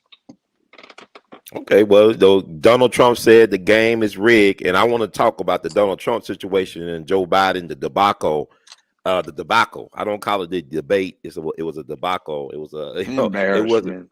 It was like, but you talk about the leadership thing. This is the thing. Like people, when I talk to people on the street, like I let people know I'm a Trump supporter. I'm gonna vote for him a 3rd time in the state he's going to win, which is Tennessee, a red state. And I tell people, I said, like, even when I was in Chicago, I said, you can talk about Trump or Biden, but I'm gonna tell you one thing. The people always get the leadership that they deserve. If they're both clowns to you, that means we are clowns. The leadership represents us. They're a representation of the people mood and what their spirit is and mentality. So the leaders represent what we're about, actually. And that's like with Memphis. But I want to talk about should Biden step down and retire, in your opinion? Should he be kicked off the ticket and put in a nursing home? it's not really up to him. He's a figurehead. He's Mhm. been the middle of the road, mediocre choice of the Democratic Party. Been holding his finger up after he wetted to see which way the wind blew blown for 50 some years. Mhm. He's a crook. He has had a civil servant's salary his whole adult life, but he's worth nominally $60 to $70 million net. And you can't get that way off of a civil service salary without being a crook, getting kickbacks and stuff like that. So he got picked to be, what shall we say, the embarrassing second to Barack Obama because he's a good yes man flunky. And then they said, take it out so you can get the first woman in, Kamala Harris, who couldn't get elected the dog catcher on her own unless there was somebody to, a casting couch routine on like she did in California. Willie Brown, yeah. Well, not just Willie Brown, a whole lot of other people too. And there's a Soul Train calendar on there, and it includes a lot of foul relationships with George Soros, literally, with One West Bank. That's a scandal. One West Bank got subject, along with Mnuchin, who was the CEO, to 5,200 some counts of indictments in counties all over the state of California. Well, Mnuchin and Soros, who had a financial interest in One West Bank, financed her to run for state attorney general, to which, thanks to their gracious help, she got elected. And using her authority, she consolidated all of the indictments and had them dismissed. So at that point, Soros sold One West Bank for $4.2 billion. And he and Mnuchin, who was the saved CEO, who was also indicted on most of these counts, wound up getting her finances together so she could run for U.S. Senate. So it's been mapped out. People in California know about it. And there it is. She's a crook. I know what my problem is, like her black people supporting this lady who did a disservice to another black woman. A lot of black women, it's like they support Kamala Harris, but like the Matrice Richardson case, where that young black beautiful lady went missing after leaving the Malibu Sheriff's Station at the middle of the night, at midnight. They let her go at midnight. She had mental issues. I think she was bipolar, and they allowed her to leave the premises at midnight in Malibu. And they found her skeletal remains as not that far away from the sheriff station, in a very hard to get to place. And I remember Kamala Harris, the family and the representatives of the family talked about me when Kamala, when she was a top cop in California. And basically, she laughed in their face. You know how she got that weird way of being? She basically hyena laugh. Yeah, but I'm saying, how can black folks justify their Chuck and pearls when they know that this so-called black woman did She's this not black woman black. like this? Exactly. She's not black. She It's campaigned. cosplaying. In all through her history in California, she was the first Asian elected as a district attorney in San Francisco, the first Asian elected as state attorney general, the first Asian elected to U.S. Senate, meaning she's Hindu. It happens that my ex-wife and I was sitting at the dinner table with her dad down in Jamaica as guests of the governor general, and my ex asked him what he was. He said he was Caucasian. He was Caucasian Irish, and he was Caucasian Hindu, and he had no black people in his family. Her mother is Caucasian Hindu, so how does she get to be black? He pointed out that he had a grandmother who was dark and swarthy, who was a Hindu house servant, but she was not black. She was Hindu. And that would have been Kamala's great grandmother, which would make her 1/8 whatever the great grandmother is, which even if it was black, the great grandmother wasn't 100% black. So that would have made her about 1/32 maximum black had the woman been black. And that would have allowed her to be declared Caucasian under the law in most of the former Confederate states up until about 1930. However, since the woman was Caucasian, where does she get the ancestry to be black? I stumbled on her yearbook from high school, graduation yearbook. And in there, she was talking about her experience from kindergarten through 12th grade in Canada. So she got raised in Canada. She lied about that when she said she was bused in the 2nd grade in the United States, which she was not. She also lied when she claimed to be in her dormitory room smoking reefer and listening to Tupac when Tupac would have been 8 to 9 years old at the time.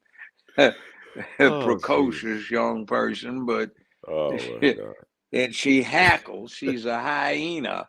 I call her the humping hyena Harris. And meanwhile, she's married to a Jewish guy, adopted his Jewish children, and rumored to be converting to being Jewish. So I guess she can grab that as an extra qualification too. So Mrs. she claims to be AKA, which she apparently is, and the AKAs, and my mother was one, but she wouldn't have approved. They're bragging about they have the first black Greek vice president of the United States, which isn't true because tall, bald head, blonde haired, blue eyed Hubert Humphrey, vice president of the U.S. under Lyndon Baines Johnson and candidate for president against Tricky Dick Nixon. He lost, was an alpha. He got made A.F.I.A. back in the 30s as an undergrad, and then again as a grad student in the 1940s. So that isn't even true. So get off the mythology and come clean with it. You got a hack fake who's going around opportunistically claiming anything that gives her an advantage. So, it's a mess. But yeah, it's a mess. Now, Trump, well, Bragg, his office joined in the request to reset the sentencing for Trump to allow them to brief the consequences of the immunity thing, which is only returning the law to what it was or has been for the history of the country, because they didn't want to get totally embarrassed. The judge in that case was an embarrassment. He should have gotten himself off the case because his wife had a vested interest in the outcome, so did his daughter. He let in salacious proof of sexual misadventures and things that had absolutely nothing to do with the prime issue, which was, did he or did he not pay bribe money to conceal an underlying felony offense? In spite of the defense making repeated demands, the judge refused to require that the prosecution prove an underlying felony. The jury instruction in the state of New York says that the jury has to find beyond a reasonable doubt that there was a designated felony that was conceived. The judge said they could make their choice up as to one of several possible crimes which were not proven, but they could speculate on basically whether one was committed. So you had hush money paid to hush up a crime, that's the charge, but there was no crime shown that was hushed up. And I think from looking at it, Bragg's office threatened to prosecute Stormy Daniels for blackmail. because if you have to pay money out to keep somebody from embarrassing you, that's blackmail. That's not a crime. You are the victim of a felony. Mm-hmm. So the fact that he allowed all of this proof of sexual activity to come into the record, there was no probative value, but had there been, the prejudicial effect would have far exceeded it. The jury instructions were flawed. The whole premise of the case was fraud, and the judge should have recused himself because there was a clear ethical conflict there.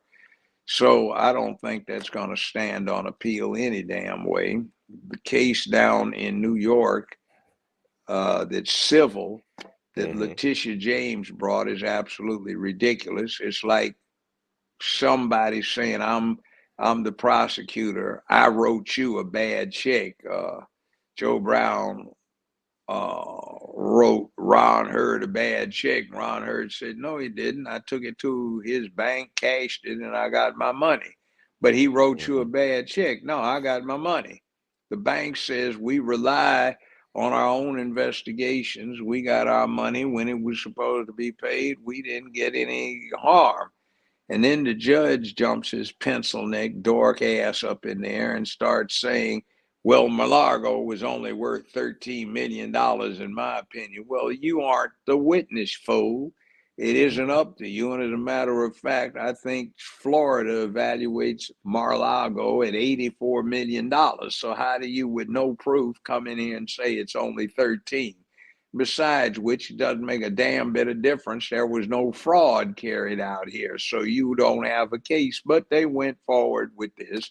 And what happens is that some prosecutors in a back area that decide they're going to deprive the rest of the 360 million or so people of the opportunity to select their chief executive because they don't like them and they're trying to get a bullshit conviction going, which isn't going to stand. Down in Florida with the documents case, the law is long established because the president is both the commander-in-chief of the military and because under the Constitution, he's also the chief diplomat for the country. He has absolute and unquestioned authority to declare something classified or to declassify the thing in part or totally.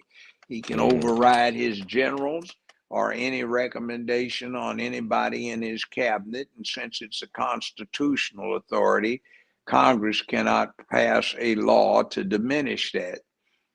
So what happens in effect is the last statement of the law was a case from 1988 decided by the U.S. Supreme Court. It's called the United States Department of the Navy versus Egan, E-G-A-N. Now, if you look it up, you will find difficulty getting any information on the concurring opinions, of which there were quite a few.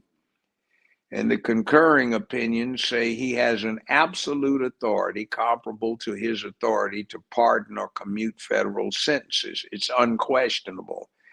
And you saw this cited in the most recent case granting him immunity for official acts. They cited Marbury versus Madison, which was decided in 1803. It's one of the most famous cases in American history. It is 221 years old.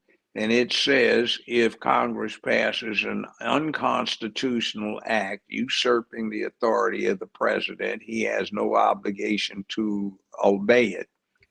So in this case, the archivist provision of the act in question deprives the president of his constitutional authority, and Congress cannot do that. So Trump had no obligation to comply with turning anything over to them.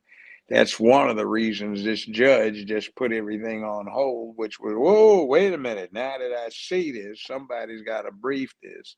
Also, the FBI that ought to know better wound up doing something that is a thing that rookie cops do, which is they don't keep the authentication or chain of custody of the evidence going.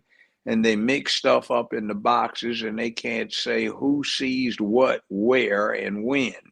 So most of the evidence they would be relying upon is defective because of that.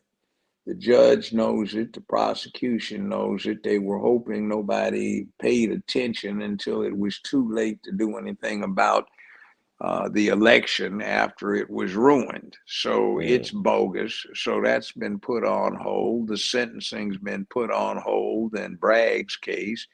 And the whole thing with what Letitia James did is just completely bogus because they don't state any wrongdoing. And there are no victims. Nobody suffered any damages or harm. So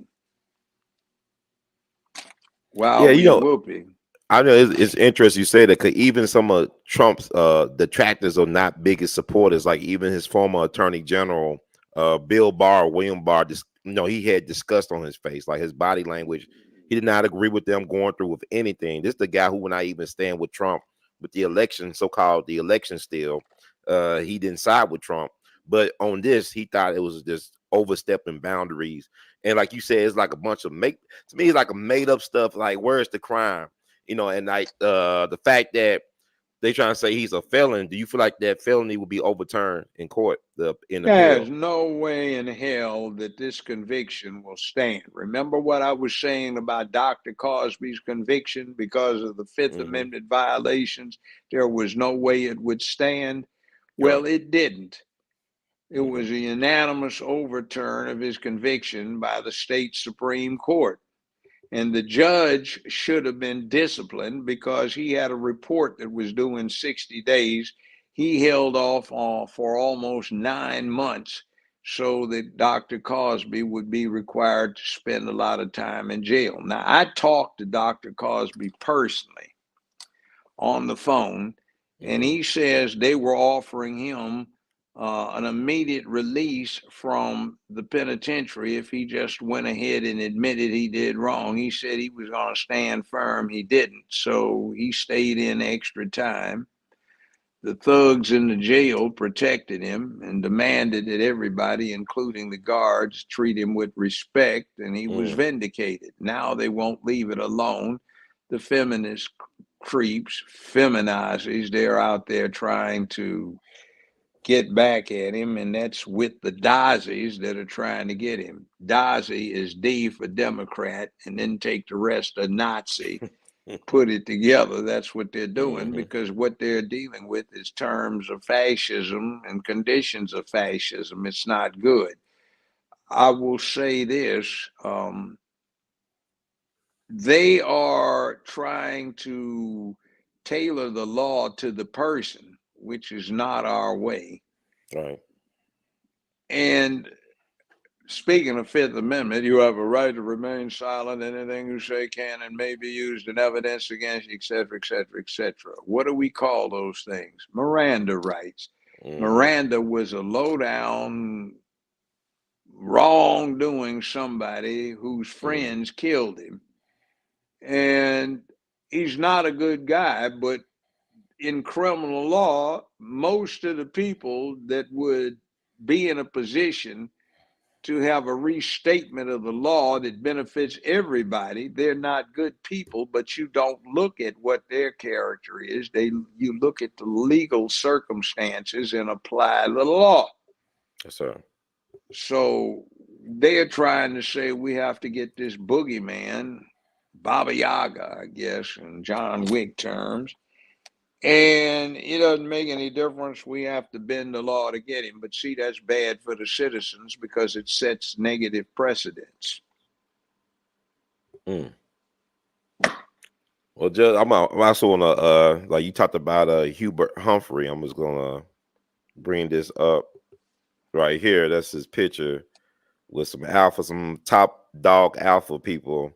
And I'm gonna read like a little passage, not that long passage, about that, what that picture is about.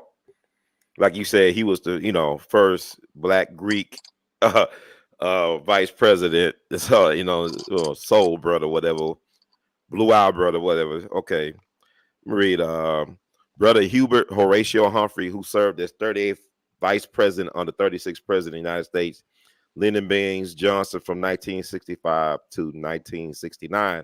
Although his influence in the administration became sporadic and somewhat limited as vice president, he served as the president's unofficial spokesperson. And let me see.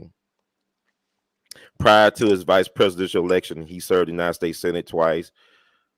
During his first term from 1949 to 65, he was the lead author and manager of the Civil Rights Act of 1964, which just had, I guess, an anniversary celebration not too long ago, and worked to discuss the first initiative for the creation of the Peace Corps.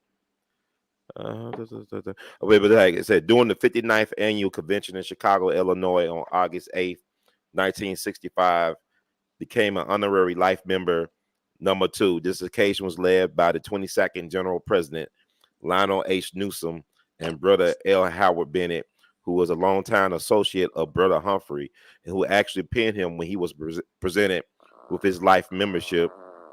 He was presented with the fraternity certificate of life membership, medal pass card, and a copy of the fraternity's history book. Okay, also during the convention, he was presented the fraternity's President's Award as Jewel Henry Arthur Callis was part of the presentation. Okay.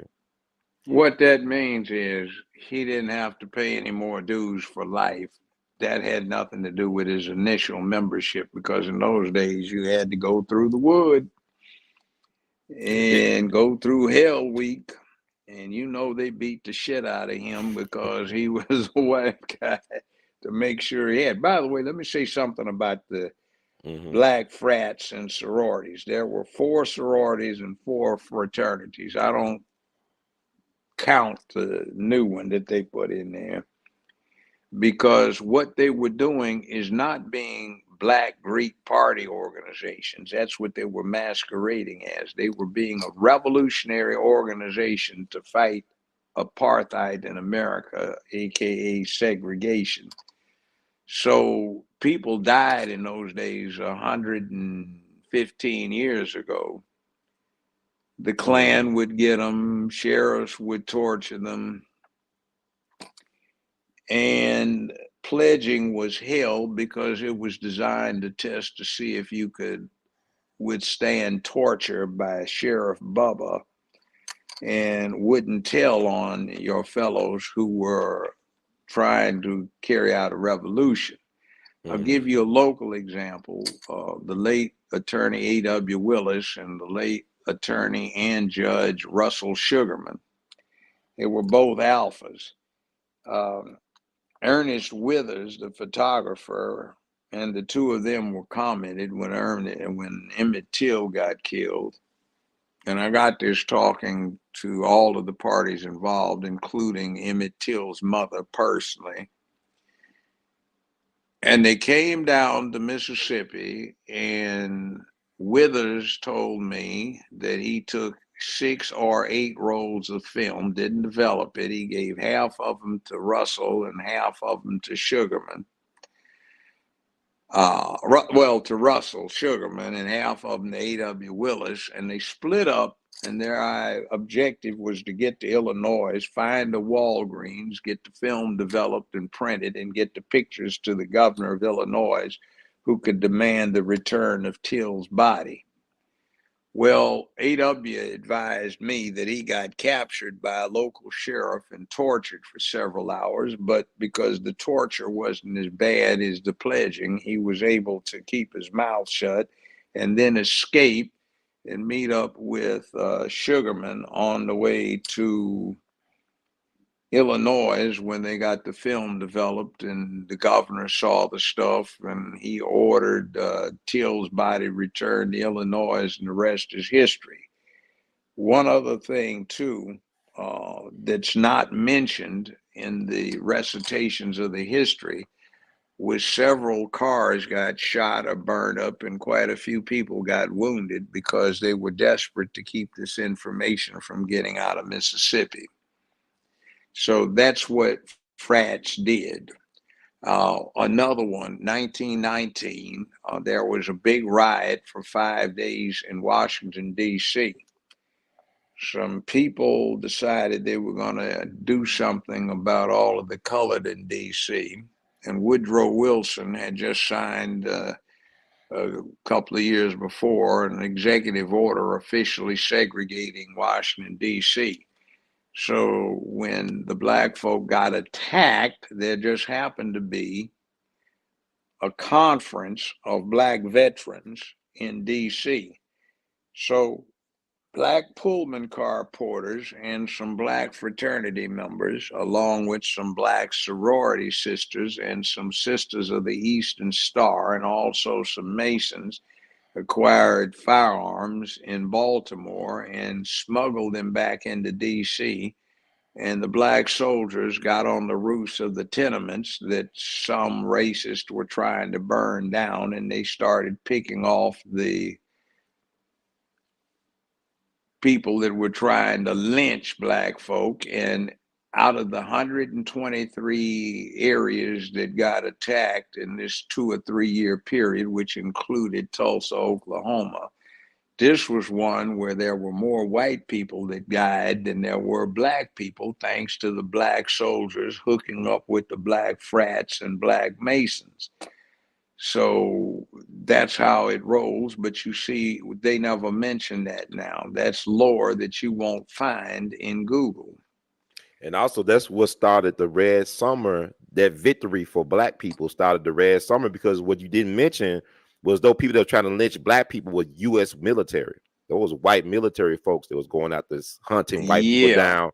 Dr. Carter G. Woodson, the father of Black History Month, whatever, or Negro History Week, he had hid in fear in the alley where he witnessed a lynching of a black person. This is Dr. Carter G. was the second black person to get a PhD from Harvard University, hiding in the alley in D.C. proper, watching a person getting killed. And also, what we don't talk about is what the 24th, 3rd Battalion, 24th Infantry, the Buffalo Soldiers did in the Houston Race War of 1917. You know, that was the largest murder trial in U.S. military history. You had 100 and something black men on trial because they protested police brutality in Houston. And I think 19 of them were hanged, and their civil rights and human rights were violated in the court of law. They didn't get a presidential review, and Woodrow Wilson stepped in. This is like a month removed from the East St. Louis race massacre, which happened around the 4th of July, where you had all those black folks getting killed in East St. Louis. But what I'm saying, they got recently exonerated, these men, by the U.S. military back in the fall of last year. They got their proper military burial tombstones or markers down in San Antonio, but I don't hear no black people, no black media made mention of this. This happened I know. 100 they years got ago. Juneteenth, but they got that bullshit. June 19th, 1866, though there were 2 out of the 23 letters or notices written up that had the date June 19, 1865. The actual one, the 21 of them was June 19, 1866.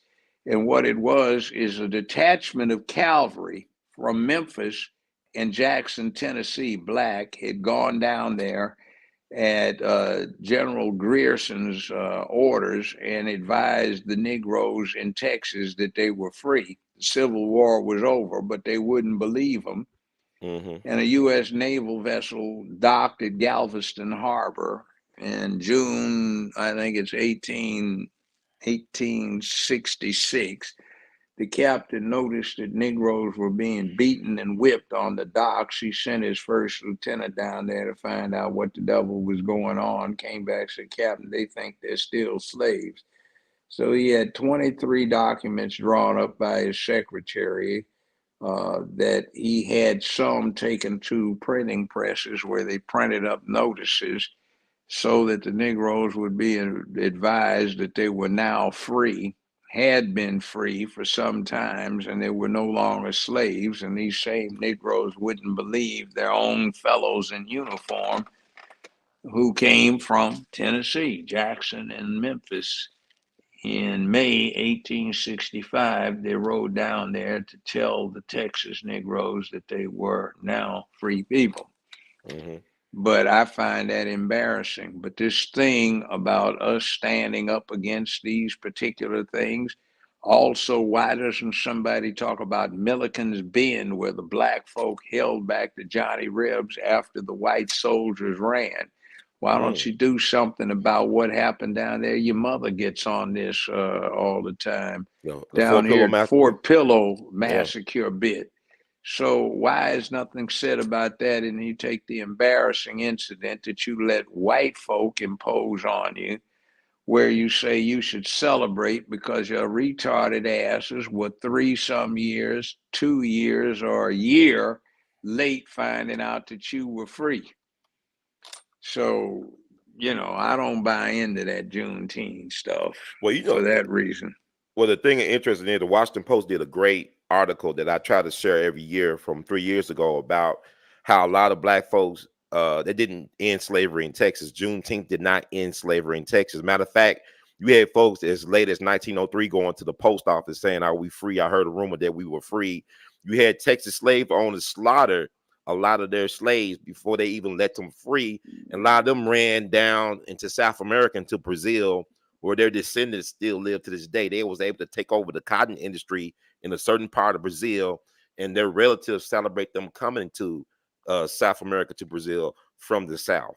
So that's the story. They celebrate every April down in Brazil this situation of the Confederates going into South America, because one of their goals with the Confederacy was to control South America. You had the Knights of the Golden Circle. Yeah. And they got luckily we beat them supposedly. But you talked about Tulsa, and recently one of the last survivors of the Tulsa race massacre, they were denied any type of reparations and whatnot for what happened back in 1921. I want to say this right quick, because people, we don't, like you said, we don't talk about history. What they don't tell you about the Tulsa race massacre is that it was 24 hours basically that black men were winning, that they killed so many white men that they put them in a river where they had the quicksand to cover up the body count. That black folks came back stronger economically after the Tulsa race massacre. They rebuilt Black Wall Street without any insurance money. You got to understand, the same insurance companies that deny these black folks' claims are the same ones that paid for the bullets and guns used to tear down Black Wall Street. And they came back, and eventually what happened was urban renewal, building the expressway through the community. They basically Jim Crow and systemic racism destroyed Black Wall Street. It wasn't that racist mob back in May of 1921. But what do you think about that? The courts denied this woman, 100-some years old woman. It was anything. inevitable. It was inevitable. There was no way they could do it under American law. There was no permission. There was no permissive law under civil law to do this. See, here's the thing. There are statute of limitations. And in order to get around them, the only way reparations will be acquired, it would be through what they call an Enablement and Appropriations Act. In other words, Congress is going to have to pass an act declaring that reparations is appropriate and also authorize the payment for it. You see, when somebody does you a harm, it's a tort. Invariably, the statute of limitations was 1 year, or if you were a child, 1 year after you became an adult. That has been expanded in some jurisdictions to 2 years. So in other words, for this to be a legitimate situation for a plaintiff to succeed, the action had to have been commenced for these old folk within either a year or 2 after they reached 21 years of age. No such action was filed. The other thing under American law, if you have a tort done against you, the tort dies with the death of the perpetrator. In other words, if person A does person B wrong, harms him, if person B does not sue person A before person A dies, he loses the action. Now, if both of them are killed, that becomes wrongful death. So there's nobody that was suable at the time. So how could they do anything else but dismiss the case, because the statute of limitations had long run? 1921 to what?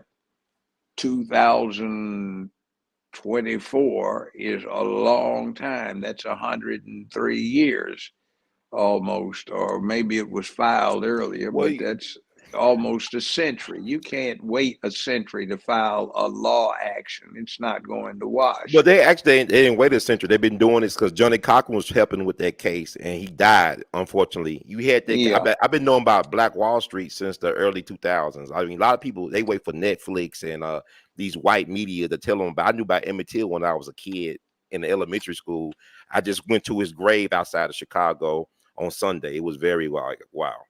But what I'm Yeah, but saying is, I'm saying the total time from the yeah, but you gotta look dismissal at the to the circumstances. But occurrence. you gotta look at what happened. You know, Forsyth County with Lake Lanier. You know, there Yeah. used to be a black town, right? But Forsyth County, you had black folks that owned property and land back in the early 1900s. It was ran out the town. It became a sundown town, a sundown county. You got to look at a historical situation where black folks were not allowed to claim certain things because of Jim Crowism, because of black codes. You got to take see the problem. This is the problem I had with all this. You had Chinese immigrants and Italians and all types of immigrants being lynched, not just black people. But when they were lynched, the United States government or representative of our country had to pay restitution or reparations to China, to Italy. When they lynched all those Italians down in New Orleans that they're accused of killing the sheriff, deputy, whatever, police chief Hennessy, when they lynched them, and they had to pay Italy some money. See, black folks don't have no representation because the migrants, the illegals are getting everything that we could get, but we have no black representation at the local, state, or national level. We have no black representation in Memphis, the blackest city. And I told somebody in Chicago, we owe Jesse Jackson Sr. a damn apology. We owe him an apology because he tried and people shit on him and he tried to do stuff for us and we didn't appreciate this like King and everybody else. Black folks are weird. We have no representation anywhere for black Americans. I ain't talking about no black migrants or immigrants. The league, I mean, I went to Maywood, Illinois, where Fred Hampton was raised with Fred Hampton. I went to his house, his childhood home. And I remember I talked to his mom before she passed. She babysitted Emmett Till. They used to be next door neighbors. So Emmett died in 14. The government started watching Fred Hampton in 14. And you look at the FBI was found guilty of killing him in a court of law in a U.S. civil trial back in 82. They awarded the families of Fred Hampton and Mark Clark 1.85 million or something like that, 1.82 million. But I'm saying the government proves that they can't be trusted. The gun, like you proved, the gun that killed Dr. King came from the FBI. The FBI killed Fred Hampton. The FBI helped neutralize Malcolm X, Marcus Garvey, all these people, even Jack Johnson. So what you telling me is like, under these circumstances, we have been victimized and terrorized. We only had 10 years where we were allowed to really compete. That was Reconstruction. And the Republicans sold us out because they wanted to keep the White House. So they said, if you let us keep the White House, we'll rescind the troops from the South. And we never had it right. Robert Church, if we had Robert Church and all them black men, J.B. Martin, if they were here and was allowed to live in Memphis and invest in black businesses and black homes, Memphis will be what people think Atlanta is. Yeah, Atlanta's got problems. Now, but they had Maynard Jackson, though. And, come on, Maynard Jackson did a gangster move against the white power interests. Well, and black the point was from it. a lot of people got a lot of money building that airport, but the money didn't spread far enough. But he got black contractors there. He got so much he subcontracted. He forced them to rebid. But one part of Atlanta is still way, way down at the bottom. And this discrepancy between the haves and the have-nots that has not been addressed yet. And besides Atlanta, from what I've seen with Fulton County, I've been investigating with them down there. Mm-hmm. It is as corrupt, if not worse, than Memphis. So it's bad. But the point is, Johnny Cochran did bring that on, but even then, you're still talking about the 1990s, late 1980s. You still have a long lapse of time, and the law is such that you would have to be very creative in coming up with a new slant to it. But what we do have is the Black Caucus that's supposed to represent Black people's interests in Congress. No, not only that. Have you ever heard of the Freedom Caucus? Oh, no. The Are they Freedom free? Caucus. No, yeah, they are. The Freedom Caucus is the LGBTQIA caucus. Oh, That's what they call themselves. the I Rainbow find it, Coalition. Okay. yeah, I find it interesting that all but about 5 of the members of the Black Caucus are also members of the Rainbow Caucus. And also, guess who's chairman of the Reparations Committee for the Black Caucus? I don't know. You tell me. Don't say Steve Cohen, please. Don't say. Yeah, it is. Oh my Gay, white, Jewish. Ooh. Steve Cohen is chairman of the Black And I Caucus have of no the personal problem Reparations with Steve. Committee. Yeah, I have no personal problem with Steve. But I look at, is this the blackest city in America? We should have some type of black representation at the federal as well as Yeah, state I levels. got problems with Steve. Look at his voting record. His claim to fame is a binding resolution on the congressional cafeteria that requires that they use only paper straws. That's the entire product he's come up with in 19 3/4 years of being in Congress. Wow. That's interesting. Oh, he's also head of the Reparations Committee for the Freedom Caucus. Well, the thing about our people, But you won't find that now in the last 7 or 8 months since we've been attacking it. They just stripped all reference to that. It's sad that if we can't be a friend to ourselves, I'm talking about black people, then we have no friends. Like, because nobody else, like everybody gets a benefit off our blood, sweat, and tears. The civil rights movement benefited LGBTQIA, whatever, rainbow people. It benefited white women. But the black folks that sacrificed, then it was such a small percentage of us that actually were committed to the struggle, and they get no benefit out of it. They get forgotten about. We got no type of agenda as a people. That's what I'm saying. Like what Donald Trump said a couple years back or several years ago when he ran, what you got to lose if you vote for me? Give me a try. And people said that, Trump talking about he did a lot of things for black folks more than any president since Lincoln. I say, you know why he could say that, and we need to make it real. Where is our Frederick Douglass? We don't even have a black Frederick Douglass right now that could advocate for us in the White House. Al Sharpton had all them years with Obama. He didn't do a damn thing. Al Sharpton's a piece of shit. Don't understand how we fell down. I'm saying we had Frederick Douglass back in the day. You had Martin Delaney. You had Sojourner Truth. You had Ida B. Wells. We don't have no black people that advocate for us. By the way, you know who's going to be the Booker T. Washington in about 50 years? Is that brother down in Georgia, Albany? No, Al Sharpton. Oh, really, Al Sharpton? Why you say that? Yeah, my grandfathers detested and despised Booker T. Washington because he was an Al Sharpton hooked up with a bit of Roland Martin, and he had a detestable habit of ruining any up-and-coming young black man who was too uppity. How do you think every southern town has a Booker T. Washington school, and that's from 120 years ago? I don't know. I think I got a different slant on Booker T. Washington from you, because I know that Marcus Garvey was a pen pal of Booker T. Washington. That's one of the reasons why he came to America, to hopefully work with Booker T. Washington or with Tuskegee. But Booker T. Washington passed, and Booker T. Washington also helped finance a lot of things behind the scenes to help progress us forward. And he was the first black person to be invited to dinner at the White House under Theodore Roosevelt. Yeah, that's why they invited niggas in the White House. But I heard some mixed racist Roosevelt invited him to the White House. So did Woodrow Wilson. He got invited to every Southern governor's mansion at least twice over the years because he was a good Negro. He said, pick up the mop, pick up the pail, be satisfied with what you're doing. If you're good, quiet Negroes, maybe white folk will be grateful and they'll do something for your grandchildren or great-grandchildren. Well, I wouldn't say, it's complicated. I won't like pigeonhole. It's like pigeonholing Clarence Thomas. There's good and bad in everybody. But what I'm saying with Booker T. Washington, he spoke out against the U.S. occupation of Haiti right before he died. He published it in the New York Age, I believe. T. Thomas Fortune's black newspaper in New York. He was against them occupying Haiti. He said they are a proud people.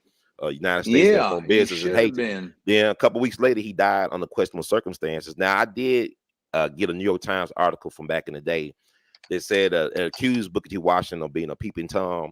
He almost got lynched in Central Park. It's New York City. He almost got lynched in New York City. It was police officers that stopped him from being lynched in Central Park. This is a true story. You look it up, New York Times archives. I don't have any doubt about it. See, they'll build up a Negro and then tear him down when he gets too big. But see, the point of the exercise matches what you're saying. We don't have any heroes or any leaders now. No, not anymore. Al Not like Sharpton's not. Cory Booker is certainly not. Maxine Waters, give me a break, okay? Come Queenla, who isn't even black, and you know, the humping hyena. So who is it? We don't have any. But there's the replacements though. Cause you look, I think about Sheila Jackson Lee. She's nice. She's a nice lady. I met her. You know, she's nice. Don't need nice lady. I agree. I agree. Nice is a bad word. Ruthless somebody. I agree. Who will kick ass yes, sir. and take no prisoners type thing. But the we positions. Don't need, We don't need that. See, they're pushing the mammy thing. Get a black woman to run it, to be the figurehead, so you can subdue the black men, take the masculine energy out of it, and you can be sure that the Negroes will be held in check. Jesse Jackson was trying, but you discredit him. Right. You build up the functionally stupid that don't do any damn thing. So when black folk look at somebody male, essentially they're getting what? Nothing. So who exactly is putting it on the line these days? Who's even speaking truth to power these days? Answer? I mean, yeah, but as far as the people who are in position to affect policy for us, who has an agenda, we don't have that. But like you look at even Sheila Jackson Lee, I'm gonna bring up like her spot used to be occupied by a guy named Mickey Leland. Remember him, Mickey Leland? Yes. He was from Houston, whatever, Texas. But his thing was he was one time the lead of the Black Caucus in Congress, but he was unusual that he actually was committed to ending world poverty, not just for black people, for all people. And they killed him over in Africa. He got killed in the plane crash. They took a couple of days to find his body, so everybody perished on the plane. So they let you know it was a hit. But like you go from Mickey Leland to Sheila Jackson Lee, you go from Adam Clayton Powell Jr., Reverend Adam Clayton Powell Jr., to Charles Rangel. You go from Fred Hampton to Obama. She's always a downgrade when it comes to us having advocacy for us, and nobody's being apologetic about it. You go back 60 years ago, whether you agree with them or not, you had black men in leadership positions. You had Whitney Young, you had James Farmer, you had even John Lewis, you had Malcolm X, you had Elijah Muhammad, you had organizations led by black patriarchal figures. Now you don't have anything. You know, you barely have a black man in the home at all. You had Malcolm X and you had H. Rap Brown. Those were the ones. Stokely Screw Carmichael. all the rest of them. Well, Stokely Carmichael didn't come close to H. Rap Brown. H. Rap Brown speaks why to we not people. Okay. Oh, go ahead, sir. Why I'm sorry. aren't we? No, I'm just saying I've heard both of them as a grown man talk. And if H-Rap was talking, everybody, 10,000 people in the arena would be standing on their chairs, you know, right on yelling with H-Rap Brown. Ron Karinga and the US organization set him up by smuggling a disassembled carbine into his luggage when they took it out to LAX. I was one of his bodyguards for that week. And we told him not to trust Karinga's ass, and he did. And Karinga smuggled the gun in there, and they had charges pending against him for inciting riots. So you're not supposed to be in possession of a firearm with pending federal charges. So that's what they really got their solid bust on. Okay. So yeah. But he's still in prison. He in prison now. See, Fred Hampton, I met him when he was 17. Okay. And he was trying to be like Bunchy Carter, John Huggins, Huey P. Newton, and Eldridge Cleaver. And he was a young guy, and he's one that they have built up since his demise, because he was a very young man, and by the time he got where he was in the Panther Party, everything was dead due to the infiltration. Nobody trusted anybody at that point in time. Mm-hmm. So the movement was dead, and he always wanted to be part of what was going on, and I guess he wound up being part of it. And they took him out, but the movement was dead then because nobody trusted anybody, because everybody that was part of the organization, particularly when you wound up getting Freedom of Information Act info, they'd redact names and stuff, but you could read the details of the activities. You say, I know who that is. And see, too many people got implicated, so nobody trusted anybody. And it went downhill, and that was coincidental with the blaxploitation movie stuff from Hollywood, where instead of trying to ramp up the ethics and the cause and such like, they decided to appeal to the lowest common denominator. Let's ideate on pimps, hoes, drug dealers, murderers, thieves, gangsters, bank robbers, and generally bad folk. So we haven't had a real live hero in a long, long time. And by that, I mean somebody that put it on the line. And there's another thing too. Jesse Jackson is owed an apology. He did some things wrong, but they weren't intentionally wrong. They were mistakes, but they weren't outright evil, like stuff like Ron Karinga and the US organization was doing.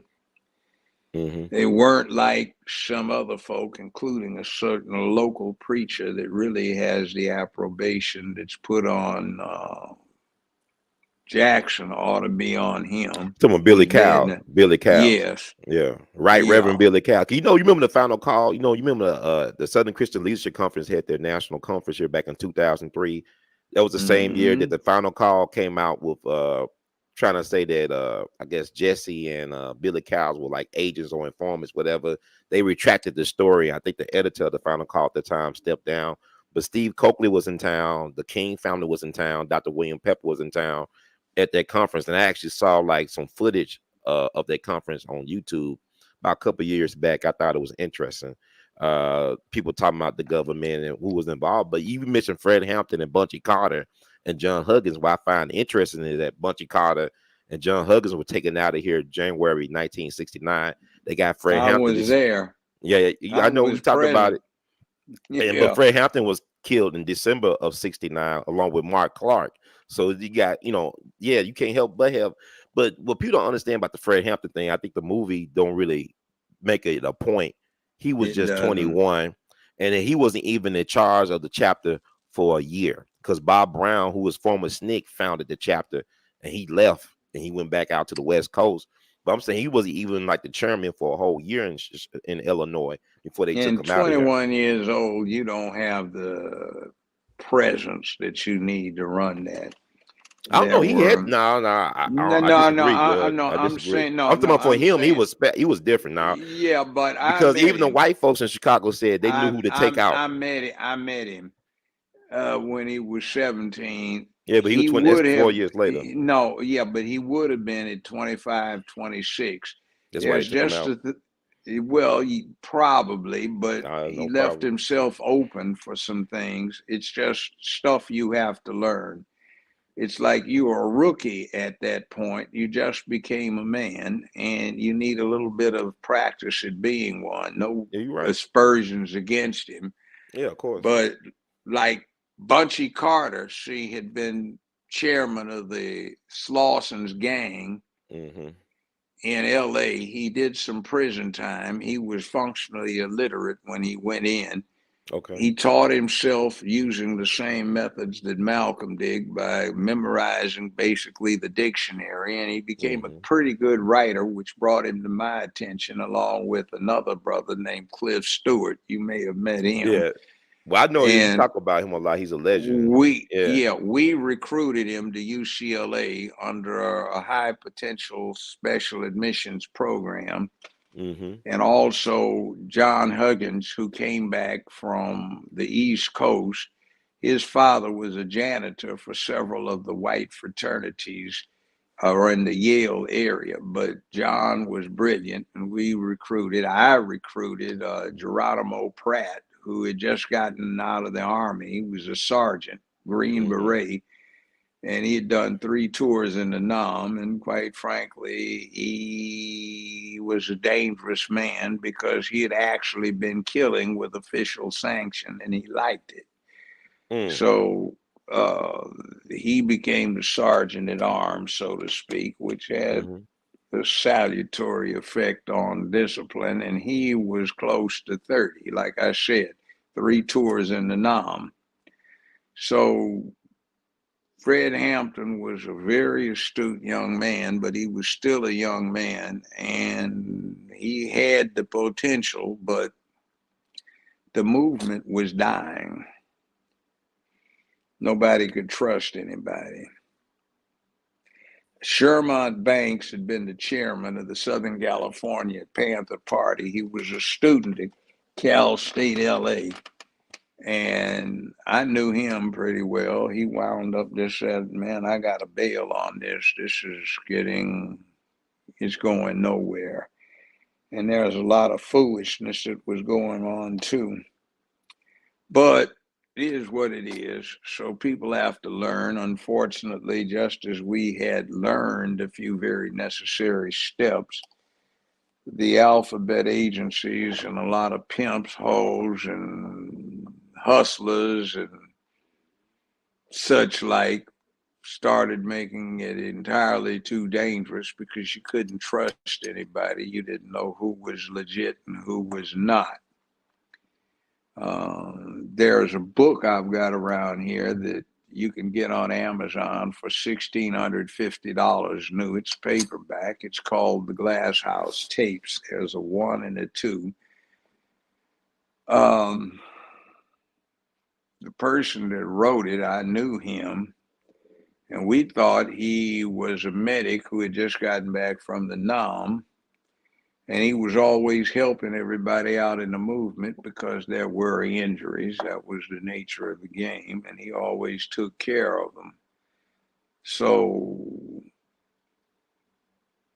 I was surprised some years later when I was in law school, and it was a murder trial I went to take notes on. And guess who they brought in? I said, oh man, is dude a snitch? He said, oh shit. But he wasn't a snitch. It was introduced as Lieutenant Tackwood, head of SIS's counterintelligence unit. He was a damn lieutenant, then became a captain in LAPD. He wasn't a snitch. He was the real cop, but he didn't tell on everybody. So you had people like that who were mixed up in a whole lot of stuff. Some of them approved of what was going on, and they played spook who sat by the door, but you couldn't trust anybody.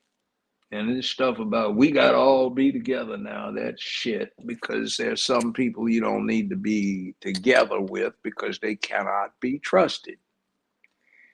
They're enemies of your people, and they hate you because you have the balls to do something. But my thing is this. Oh, go ahead. I'm sorry. I'm not. Yeah, well, that's 50-some years ago. Yeah, well, you said the movement was dying. My problem with that terminology is the fact that the movement was killed by the government. Imagine if George Washington, Thomas Jefferson, all them guys were killed right before they got to do what they had a chance to do. They actually was older than a Fred Hampton and a Malcolm X and all that. Those guys were older, but they were allowed to carry on what they had to carry on. We were decimated. See, that's a case for like extending grievances being reparations when you are targeted by your own government for annihilation and also to shortchange the people. It's not fair. And thing is all on people to say, you know what, statute of limitations ran out. Nah, these are very strenuous circumstances because it took them 12 years to prove that the government killed Fred Hampton and Mark Clark. It took them 12 years, and they did but it. the point is, we did it to ourselves because it wasn't white people jumped in that played snitch. They couldn't get in there to play snitch. Well, they were Wasn't hired by the Asian white people people. organizations, though. They were hired by No, like them. but you don't let yourself get hired by it. In other words, you just say, no, I'm not going to do it. Mm-hmm. Like, for example, martial arts thing, my good brother, late brother, Cliff Stewart, Mm-hmm. he was deep off into it, and over again, the FBI approached him about providing information on certain other people that were affiliated with the martial arts community. He flat refused to do it. But you see, other people would willingly do it, and they got a free pass on a lot of stuff. Yes, sir. So it's interesting. People who are principled people have absolutely nothing to gain by being a snitch, and the people that are of lower character have everything to gain by being a snitch, including being able to perpetrate their bad character by being able to take positions where they could exploit other folk with impunity. That was one of our big problems back in the 60s. Who could you trust? Now, right now, it's hell. Who the hell's got the balls to do it? There are some people on a local level, but the problem is right now is the news media has gotten to be what it is, and people are all caught up in social media, so they believe damn near anything if it's out on the net. If you can Google it and you can find it, it's true. And Google has a lot of shit on it that's inaccurate, inappropriate, misleading, and it's getting better, but it used to be pretty damn bad. But now it's also getting worse because they put some avenues in Google where you can exclude inconvenient evidence or inconvenient information. And if you are one of the approved people, then you get to take advantage of that, which is not good for anybody because we need unlimited, accurate information. Yes, sir. I don't know. I like Trump because he heightens the contradictions. Had it not been for Trump, there's a lot that would not have come to the surface that we now see. And he also shook some people up who effectively made their moves too soon. Never make your move too soon. Right. But they did. And you can see them. They broke out sprinting, thinking there was 100 meters left in the run, and they pulled it wrong. So you're looking, why are these people sprinting when they have, another 2 kilometers to go? Well, they thought it was about to finish. So you can tell and identify who has the misinformation. And that is a benefit. And if it hadn't been for Boss Trump, never would have seen it. Yeah, never would have seen it. Hey, but you know what's interesting? Like you, I was thinking about Bunchy Carter. You talking about how his literacy improved drastically. I also heard he was a poet, and I think about H. Rap Brown. He wrote a lot of poetry. And H. Rap Brown then was a poet in his way. You know, he was a wordsmith, and also you have you mentioned Geronimo Pratt, who was the godfather of arguably the greatest rapper of Tupac Shakur.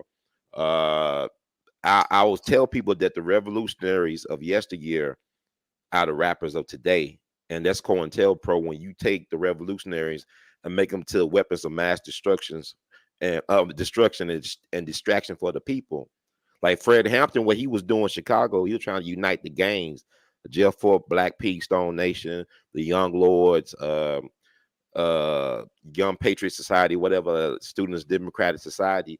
He called that his Rainbow Coalition. He was trying to unite the different gangs and stuff and politicize them. And they took him out of here. But he was gifted with the tongue, with his charisma and wordplay.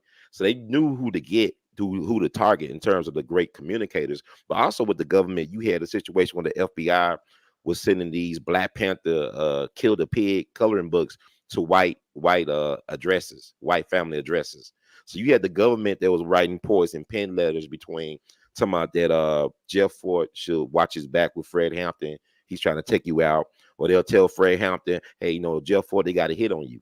You know what I'm saying? The divide. No, that was par for the course. They did that all the time. But they owe us reparations just on that alone. Because you know they used Jeff Fort to get Nixon Chicago. Jeff Fort had an invitation to attend the inauguration for Richard Nixon because he was so pivotal in getting the Black vote for Richard Nixon in Chicago. And this man was functionally illiterate from Mississippi. He was functionally illiterate. No doubt. And Fred Hampton was trying to politicize him for the people. And, you know, I'm just saying, like, Mayor Daley came out of the gangs. You know what I'm saying? Mayor Daley was a gangster. He was a gang leader. Chicago was a gangster town. So, you know, Larry Hoover and Jeff Fort could have been mayor of Chicago, or even Fred Hampton. Let me say something about that.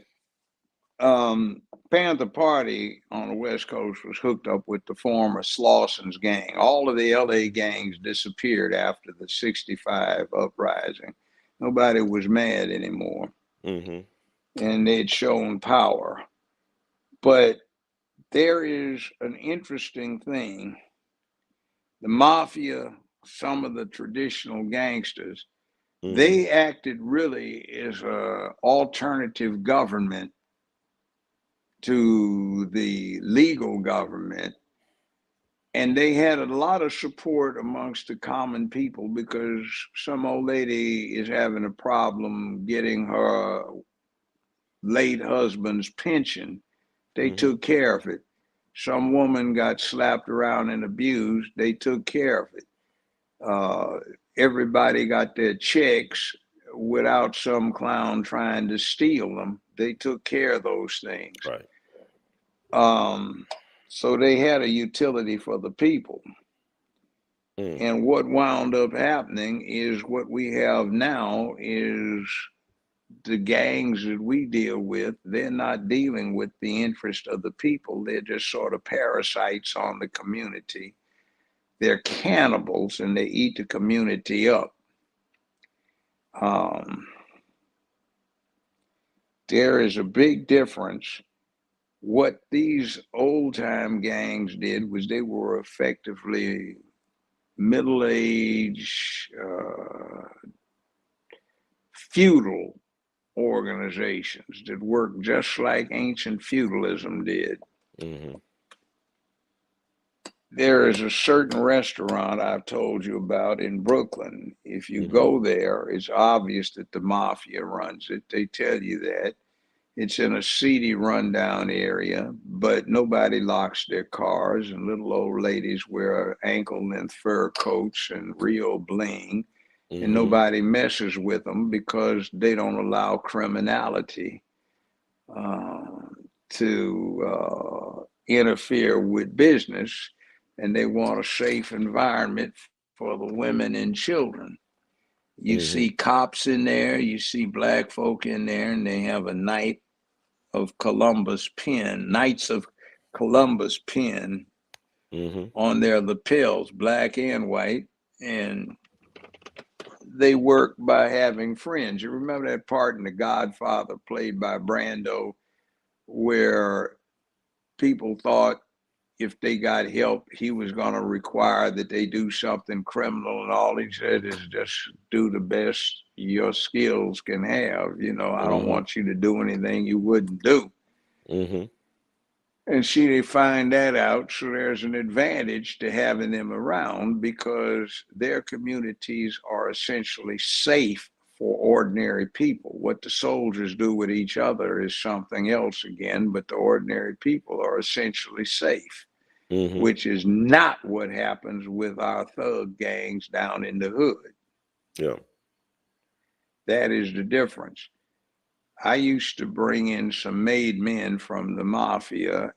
Never mind how I got hooked up with them. And there was a 2-year overlap between when I got the show and when I resigned or retired from being a criminal court judge. And I did something no other judge did. I had my own private counseling sessions. So I'd have these made men from the mafia, and they're lecturing these probationers I've got in there. And you gotta understand, being a man means to take care of your neighborhood. You don't rip it off. What's wrong with you? Ain't you got no manhood?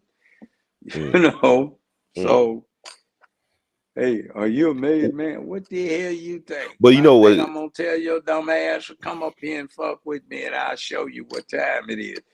Oh yeah, man. So this is what they do. They lecture people on manhood. They push manhood. They push doing the right thing.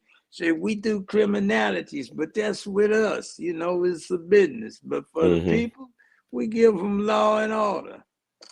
Well, that's the problem. What I'm saying, go back to the Chicago thing where they are allowed to mature into that type of leadership, and they have those type of protocols and rites of passage. Whereas you get rid of Jeff Ford, you get rid of Larry Hoover, who had some type of chain of command that the youngest respected, or even Fred Hampton, or even our Prentice Bunchy Carter, because there's a great documentary called Bastards of the Party that was made by a guy who's an actor, Clay Bone Sloan, who's also a Blood out in the West Coast. He made a documentary, the reason why the Crips and Bloods became what they became, because they decimated the Black Panther Party. They destroyed the black male leadership of the party. So you had the bastards of the party, which are the street gangs of today. And this is all government engineered. So to tell me that there's a statute of limitations of what they did to us as a people, that's insanity. That we gonna go along with that when they knew good well, like I saw about Forsyth County, where you had a sundown town and county where black folks was kicked out their land, it was ran out the state, out the county, and this lady came back decades later as a great grandmother with her family who never been to Forsyth County, and the court records showed that her father owned the land, but they showed a period where it was like nobody owned the land, and whoever squatted on that land at the time, they got possession of the land. Knowing good well that her father, possession. But her father could not come back. He would have been a dead man. Come on now. We got to stop this bullshit. Well, and we got to have real representation and talk about that. I know, but it was terrorism. I know, but the point is life is not fair. So how do you deal with an unfair world? That's the question. We have to learn how to do that. Everybody else seems to get it, but we don't. See, it's about power. When you get an opportunity to take power, you have to seize it and you have to ramp it up. You talk about the Crips and the Bloods. Okay. Tookie Williams, you ever heard of him? Yeah, I heard Tookie, yeah, of course, yeah. He used to work for me when he was 14, also with Cliff Stewart and Ron Chappelle. We were the playground directors. He's a real smart 14-year-old kid. We tried to get him out of the swamp, but his mama wanted the check, so she wouldn't let him get out of the swamp. So he became the baddest alligator in the swamp. He wrote those children's books. The read I took was he was regurgitating what we were trying to teach him. Also on the same playground was somebody that's now dead too.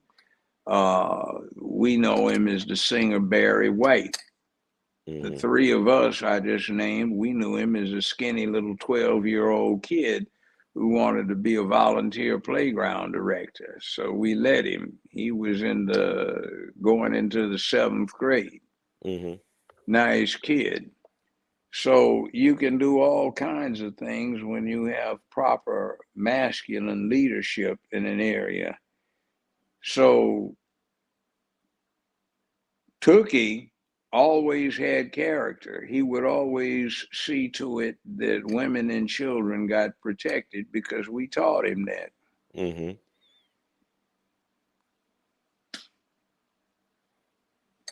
he wrote these children's books. Yeah, he killed a few people, it seems, but you know, some of the other people he was around killed people too. Generally, there is a gray area between people that kill folk officially with approval and people that kill folk unofficially without approval. Right.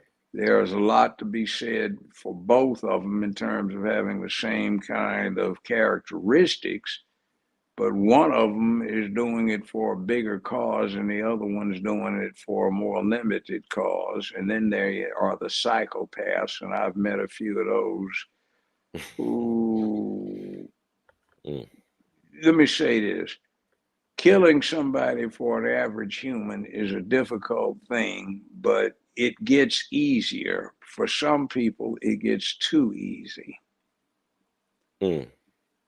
And some people, unfortunately, get to liking it. Yeah, those are the real sociopaths. They are dangerous.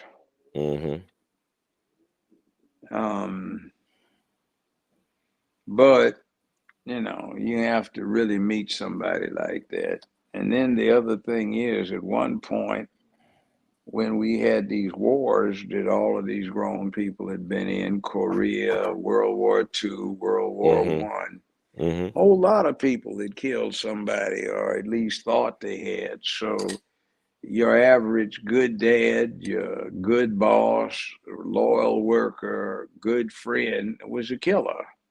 And there were a bunch of them around and about. And when we were in school and we had them as teachers, we understood this. They didn't take nonsense. There's something about the attitude of somebody who's been exposed to death and presumes that they have manifest death that you do not mess with when they're giving you instructions.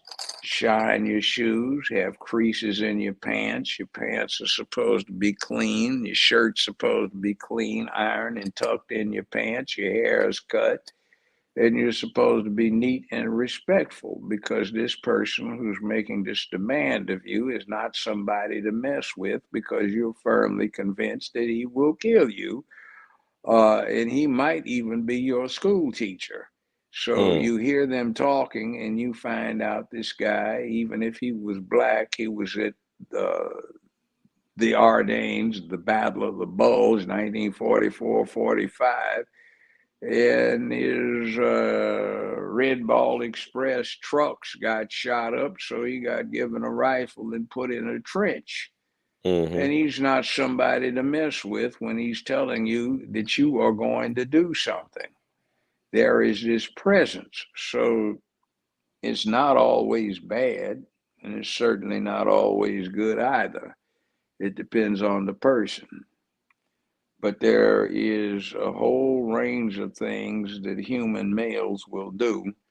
And when they have a cause, they're great people. When they don't have a cause or a perceived purpose, they become very bad people. That's a good point. But also, I think about, you talking about soldiers. My grandfather was a Red Ball Express, and he was in the Battle of the Bulge, and he was 100% service connected disabled, but he didn't start getting his pay until 1955 for being disabled. And then also the fact that you had recently where people tried to get, because a lot of black soldiers did not get all their GI benefits, including my grandfather, and they were trying to do something in Congress, and they fell by the waysides. And I remember when James Clyburn was asked when Joe Biden won, because he was pivotal in helping Joe Biden in South Carolina during the primary. What did he want from Joe Biden? He said, I didn't want nothing. I got everything. I said, Negro, you got all them black folks you represent in South Carolina and in the country. You can't ask for him to pass legislation to give families of the people who fought in World War II their rightful due GI Bill benefits. You know, well, like, it's just stuff that people can't don't deliver on it. President can't deliver on his that. party can, though. Yeah, his party can. But that means that they don't give a damn about black people. Because till we have somebody in those type of places and spaces that say, you know what, I represent all people, but black Americans should be designated a certain level of respect. And you know, you give all this money to people that are not even citizens in places like Chicago and in New York. It's ridiculous. I could name relatives that fought in the Revolutionary War. I could actually name family members that fought in the Civil War, that fought in the Revolutionary War, World War I, World War II. Why can't I get the benefits of somebody who just came over here illegally? Because they have something that somebody's trying to get. Okay. And we don't offer anything because one political party can guarantee that we will always support them no matter what we don't get from them. Yes, and sir. the other party can guarantee that we probably won't, no matter how much they do try to give to us. So neither party has an incentive to do a damn thing for us. So we are essentially powerless. By the way, your grandfather was with the Red Ball Express. Yes, sir. Out of Mississippi. You know, Mega Evans was Red Ball Express too. So I don't know if he met him or not. My old man was acting company first sergeant in Red Ball Express. He was at the Ardennes too. Got all of the trucks shot up, so they got right. They were some tough guys, man. It's a different generation though. Because we soft now. Like the generations they get smarter, but they getting soft. They're smarter but softer. I don't think they're even smarter. Okay. I think they have been conditioned to be extremely lazy. And I don't like this. Judge, they legalizing reefer, man. We can smoke reefer. You know, lazy as your trifling ass is. You don't need to be smoking no goddamn weed. Focus, son. I know you. Been knowing you since you were born. You were a lazy son of a bitch. Now get some energy. Now I gotta ask you, Judge, about I'm gonna let you out because you've been very kind with your time, and but I gotta ask you about the Project 2025 Boogeyman thing they doing. I just don't feel, I'm not feeling it. The Project 2025, you know what I'm talking about? Where they saying if Trump get elected, it'll be like, you know, it'd be like Nazi Germany, as they always like. Oh no, the Nazis like Soviet already. Union. The Nazis are already in there, and what you're getting is a flip the script thing. He's trying to un-Nazify. He's trying to get rid of the Nazis. D-Z-A. The Nazis. The Nazis. The Nazis. So the Nazis are already in place. That's the current Democratic Party. And their whole ideation is so full of fascist fantasies. It's pathetic. I had a Russian professor 57 years ago at UCLA, and she was fond of saying America is in grave danger of becoming a fascist nation. To quote her, not from some jackboot wearing, goose stepping uniform thugs, but from some pink panty wearing, long haired beatniks who would gladly impose the worst strictures of fascism on you and themselves so they can be safely protected, they think, and so you can be controlled and don't cause them discomfort. And looky what we have. By the way, the woman had run the propaganda section for the KGB at one time. Wow, so she knew definitely. I mean, she predicted the future there. I mean, the future is now. You know, it's sad. It's 1984 on steroids. You know, but Judge, you have anything else you like? I mean, I see you getting ready over there for the 4th. I add about Hubert Humphrey what it says. So I want to read this part about what the alpha style of your brother Hubert Humphreys. They said, Brother Humphrey was considered brother of the bond as he dedicated his life to brotherhood and love for all mankind. As a dedicated public servant, Brother Humphrey, during his speech, mentioned that he had fellowship with the Brotherhood in 1948 as a speaker in the General Convention's public program as the fraternity forged ahead regarding civil rights and in support of the American Council on Human Rights. In remembrance of Brother Humphrey, as he entered Omega Chapter January 1978, past General President Newsom stated that he was in the vanguard of those seeking to guarantee equality for all citizens. He voted in favor of and led the fights for every piece of legislation that affected minority people favorably. So, like, I actually had an Uncle Frenchie, who served in Vietnam. He was one of the first black photojournalists in Vietnam. He was under the Navy. He actually was in Cuba during the revolution of 1959. He got a chance to meet Fidel Castro. It was a town in Cuba that had like a bullfight in his honor. He was a unique guy. But he actually told me by the time he met Hubert Humphrey while he was doing his work in Vietnam. So It's like Hubert I Humphrey is an met interesting guy. I met Big Brother Hubert Humphrey. He was a nice guy, It's like, very smart man. yeah. And you know, talking about some And gangster stuff. Minnesota was a gangster in St. All them gangsters used to hide out in St. Paul and stuff. They was like some some gangster tough people to be with. well, see, understand what politics is about. How do you understand it? Go to the zoo, Mm-hmm.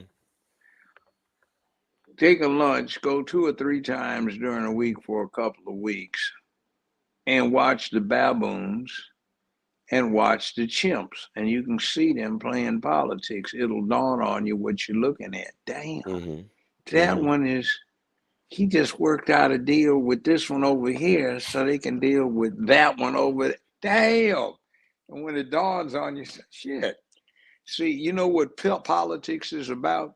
What's it? What's it about? Anytime you get 3 or more people involved with interacting with each other, there's politics involved.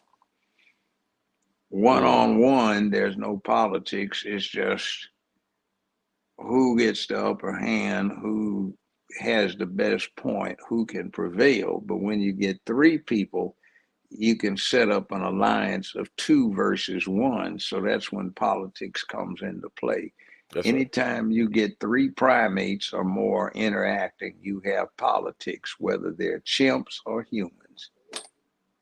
I like that. So, like, any thoughts in closing? Also, Judge, I know your birthday coming up. A happy early birthday greeting. Friday.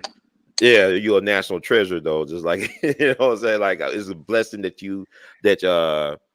what they say, your daddy didn't pull out, your mama didn't swallow, type of thing. It's good that you're here.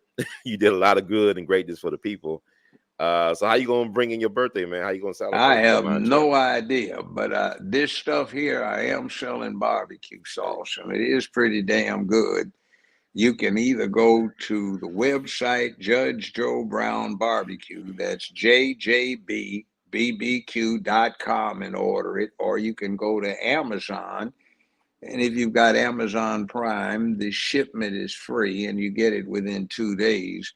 So on Amazon, we've got the sauce hot and mild, but on the website, we've got the sauce hot, mild. We've got the seasoning powder or rub, if you want to call it that way, hot, mild. We also have the links, chicken links, smoked and raw. We have hot and mild. We also have beef links, and we have the Beyond Meat links. And this is Tiffany Haddish, who is one of our investors. And we also have Beyonce's personal chef, Chef Damon. And if you're in the Los Angeles area, go down to Western Avenue to 79th and Western on the corner to D's Original Takeout Grill, and you can get the stuff cooked up. That's down in the hood, not too far from where I grew up.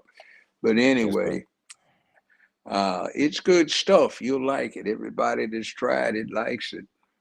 Yeah, but anyway, good. Yes, sir. It's funny. She's doing a thing here. She's one of our investors. And for those who are interested, the links are packed up by a sister who runs the only Black-owned USDA certified meatpacking plant in California, and it's located in Compton, LA. We also hooked up with a Black-oriented winery, so we have wines now. And we're hooked up with a beautiful sister named Michelle Dukes, who owns a Black distillery, and her recipe for a delicious bourbon is based on a moonshine recipe from her grandfather down here in Mississippi. They call it Poppy's, P-A-P-I''S, and it is smooth bourbon. It goes down like water. And it's as smooth as Blanton's, Booker's, Knob Creek, Maker's Mark, whatever, that I think superior to Jack Black or Jack Daniel's Black Label. Yes, sir. Yeah, anyway, buy yourself some. You'll enjoy it. Impress your friends, relatives, and associates with your culinary skills. It's good on beef, pork, poultry, lamb, sheep, fish. It's good on French fries. People even add a little dollop or two of salad dressing, Italian dressing, and it's good for salad dressing. Mm-hmm. It actually, yeah, it's good. Your barbecue sauce is terrific. You're right to all the above. So thank you so much, Judge. You have anything else you want to add, or you good? Be strong. Keep at it. Don't give up. Don't take an excuse for yourself. Keep pushing ahead. Gonna die anyway. Might as well do something before you die, because ain't nobody getting out of this MF alive. That's right. That's right. Thank you so much, Judge. All Words of right. Gilton, we love you madly. You keep on producing and pushing. Happy birthday to you. Happy birthday to the judge. Happy birthday to the judge. Happy birthday to Judge Joseph Brown. I said it right. It's Joseph, right? Yeah, it is. Okay. Although I Happy usually go by. birthday to you. Thank you, young man. Anyway, Thank you. carry You on. was yes, sir. What a I'm pleasure. out of here. Yes, sir. Judge is left the chat. Thank y'all so much for y'all patience for hanging out with me tonight. It was amazing to have Judge Joe Brown on. It's been too long that we haven't had a talk like this. So he was very gracious with the 3 hours. I appreciate that. And I'm just recalling how I was feeling last year around this time. I was in a very dark place and space. Now things are I can see clearly. I can see clearly now. You know, the sunshiny days are coming back again on We All Be. And thank you all. If you like the word from Brother Herb, please spread the word. Sign up at our new home on rumble.com / We All Be TV. Rumble.com / We All Be TV. Also, you could, if you still stuck on the YouTube plantation, subscribe to our second channel, We All Be TV 2 on YouTube. That's youtube.com / We All Be TV 2, numeric 2. I'm not gonna let these people shut me down. I got too much on my mind. It's too much I want to say and do. And like Judge said, life is short. Do what it do. That's what I said. Life is short. Do what it do. If it pleases you, do what you want to do. Your prerogative. So thank you all. And also, I want to say this. Y'all can support. How you guys support the movement? You could donate, Cash App, of course, $ R2C2H2. You can Google Pay, you know what I'm saying? PayPal and Google Pay, PayPal, and Zelle your support. Email is r2c2h2@gmail.com. That's email r2c2h2@gmail.com. Vimo your support at r2c2h2. That's Vimo at r2c2h2 or Apple Cash 901-299-4355. Apple Cash, once again, 901-299-4355, or join our Patreon, patreon.com / We All Be. I'm actually going to start posting all the band videos from YT. I ain't going to call it YouTube. I'm going to call it YT. YT. I'm going to post all the band videos from YT on the Patreon account coming soon. And only people who have paid for membership will have access to the archive of band videos from YT, courtesy of yours truly, Brother Ron. And also, you could buy Artivist gear and art. You could wear Artivist art. And, go to our official Teespring page, R2C2H2's place. All these great designs. You could buy Artivist art. Post the web link in the comment section. Okay. Post the web link in the comment section right there. You look at all the wonderful shirts, man. Brother Ron, yeah, that's me. Got all this stuff, even coffee mugs, y'all. All that black excellence, black boy joy. It brings me joy to use my creativity to serve the people, to empower the people. Got all these interesting designs. Come on, y'all. Support the arts. Support the artivists in particular. Support We All Be, because we all be in it to win it. Some sample of the art, man. Look at all that stuff. You got Malcolm, Muhammad, Dick Gregory, Mega. Remember the 24th. Talk about the 24th over on there. Elvis on home. Three Kings, a comedy, Three Kings, right? It's Paul Mooney, Richard Pryor, Dick Gregory. So got all type of stuff on here. Just check us out, support us. We really want to support you all. Dick Gregory said I'm the feeder, so I'm trying to feed my people and feed myself at the same time. So with that said, let's close out. I'm gonna use a disclaimer, although it's like it doesn't work. People still won't hold me accountable for other people's thoughts and stuff. But I am the thought provocateur, and one of America's most wanted when it comes to free speech, y'all, for some reason. Okay, the disclaimer: the views expressed by host and guests on the We All Be TV platform are not the official views, opinions, beliefs, or perspectives of We All Be News or the We All Be Group Incorporated. We All Be News is an organization that thoroughly believes in supplementing the information narrative that is usually supplied by the corporate news entities with those viewpoints and expressions which may be marginalized or ignored for a plethora of reasons. We are about informing the general public on alternative perspectives as it relates to news and information, and letting the general public be the ultimate judge and decide on how to use said information. Informed citizens are responsible citizens. Thank you for your support. Thank you all once again. I'm very truly grateful for your support and concern, and for you all investing your time and energy on this journey that we are all on, because we all be in it to win it. In the words of Great Duke Ellington, we love you madly. In the words of Brother Ron, keep on producing and pushing. One love, one love. Can you dig it? I sure can. We love you madly.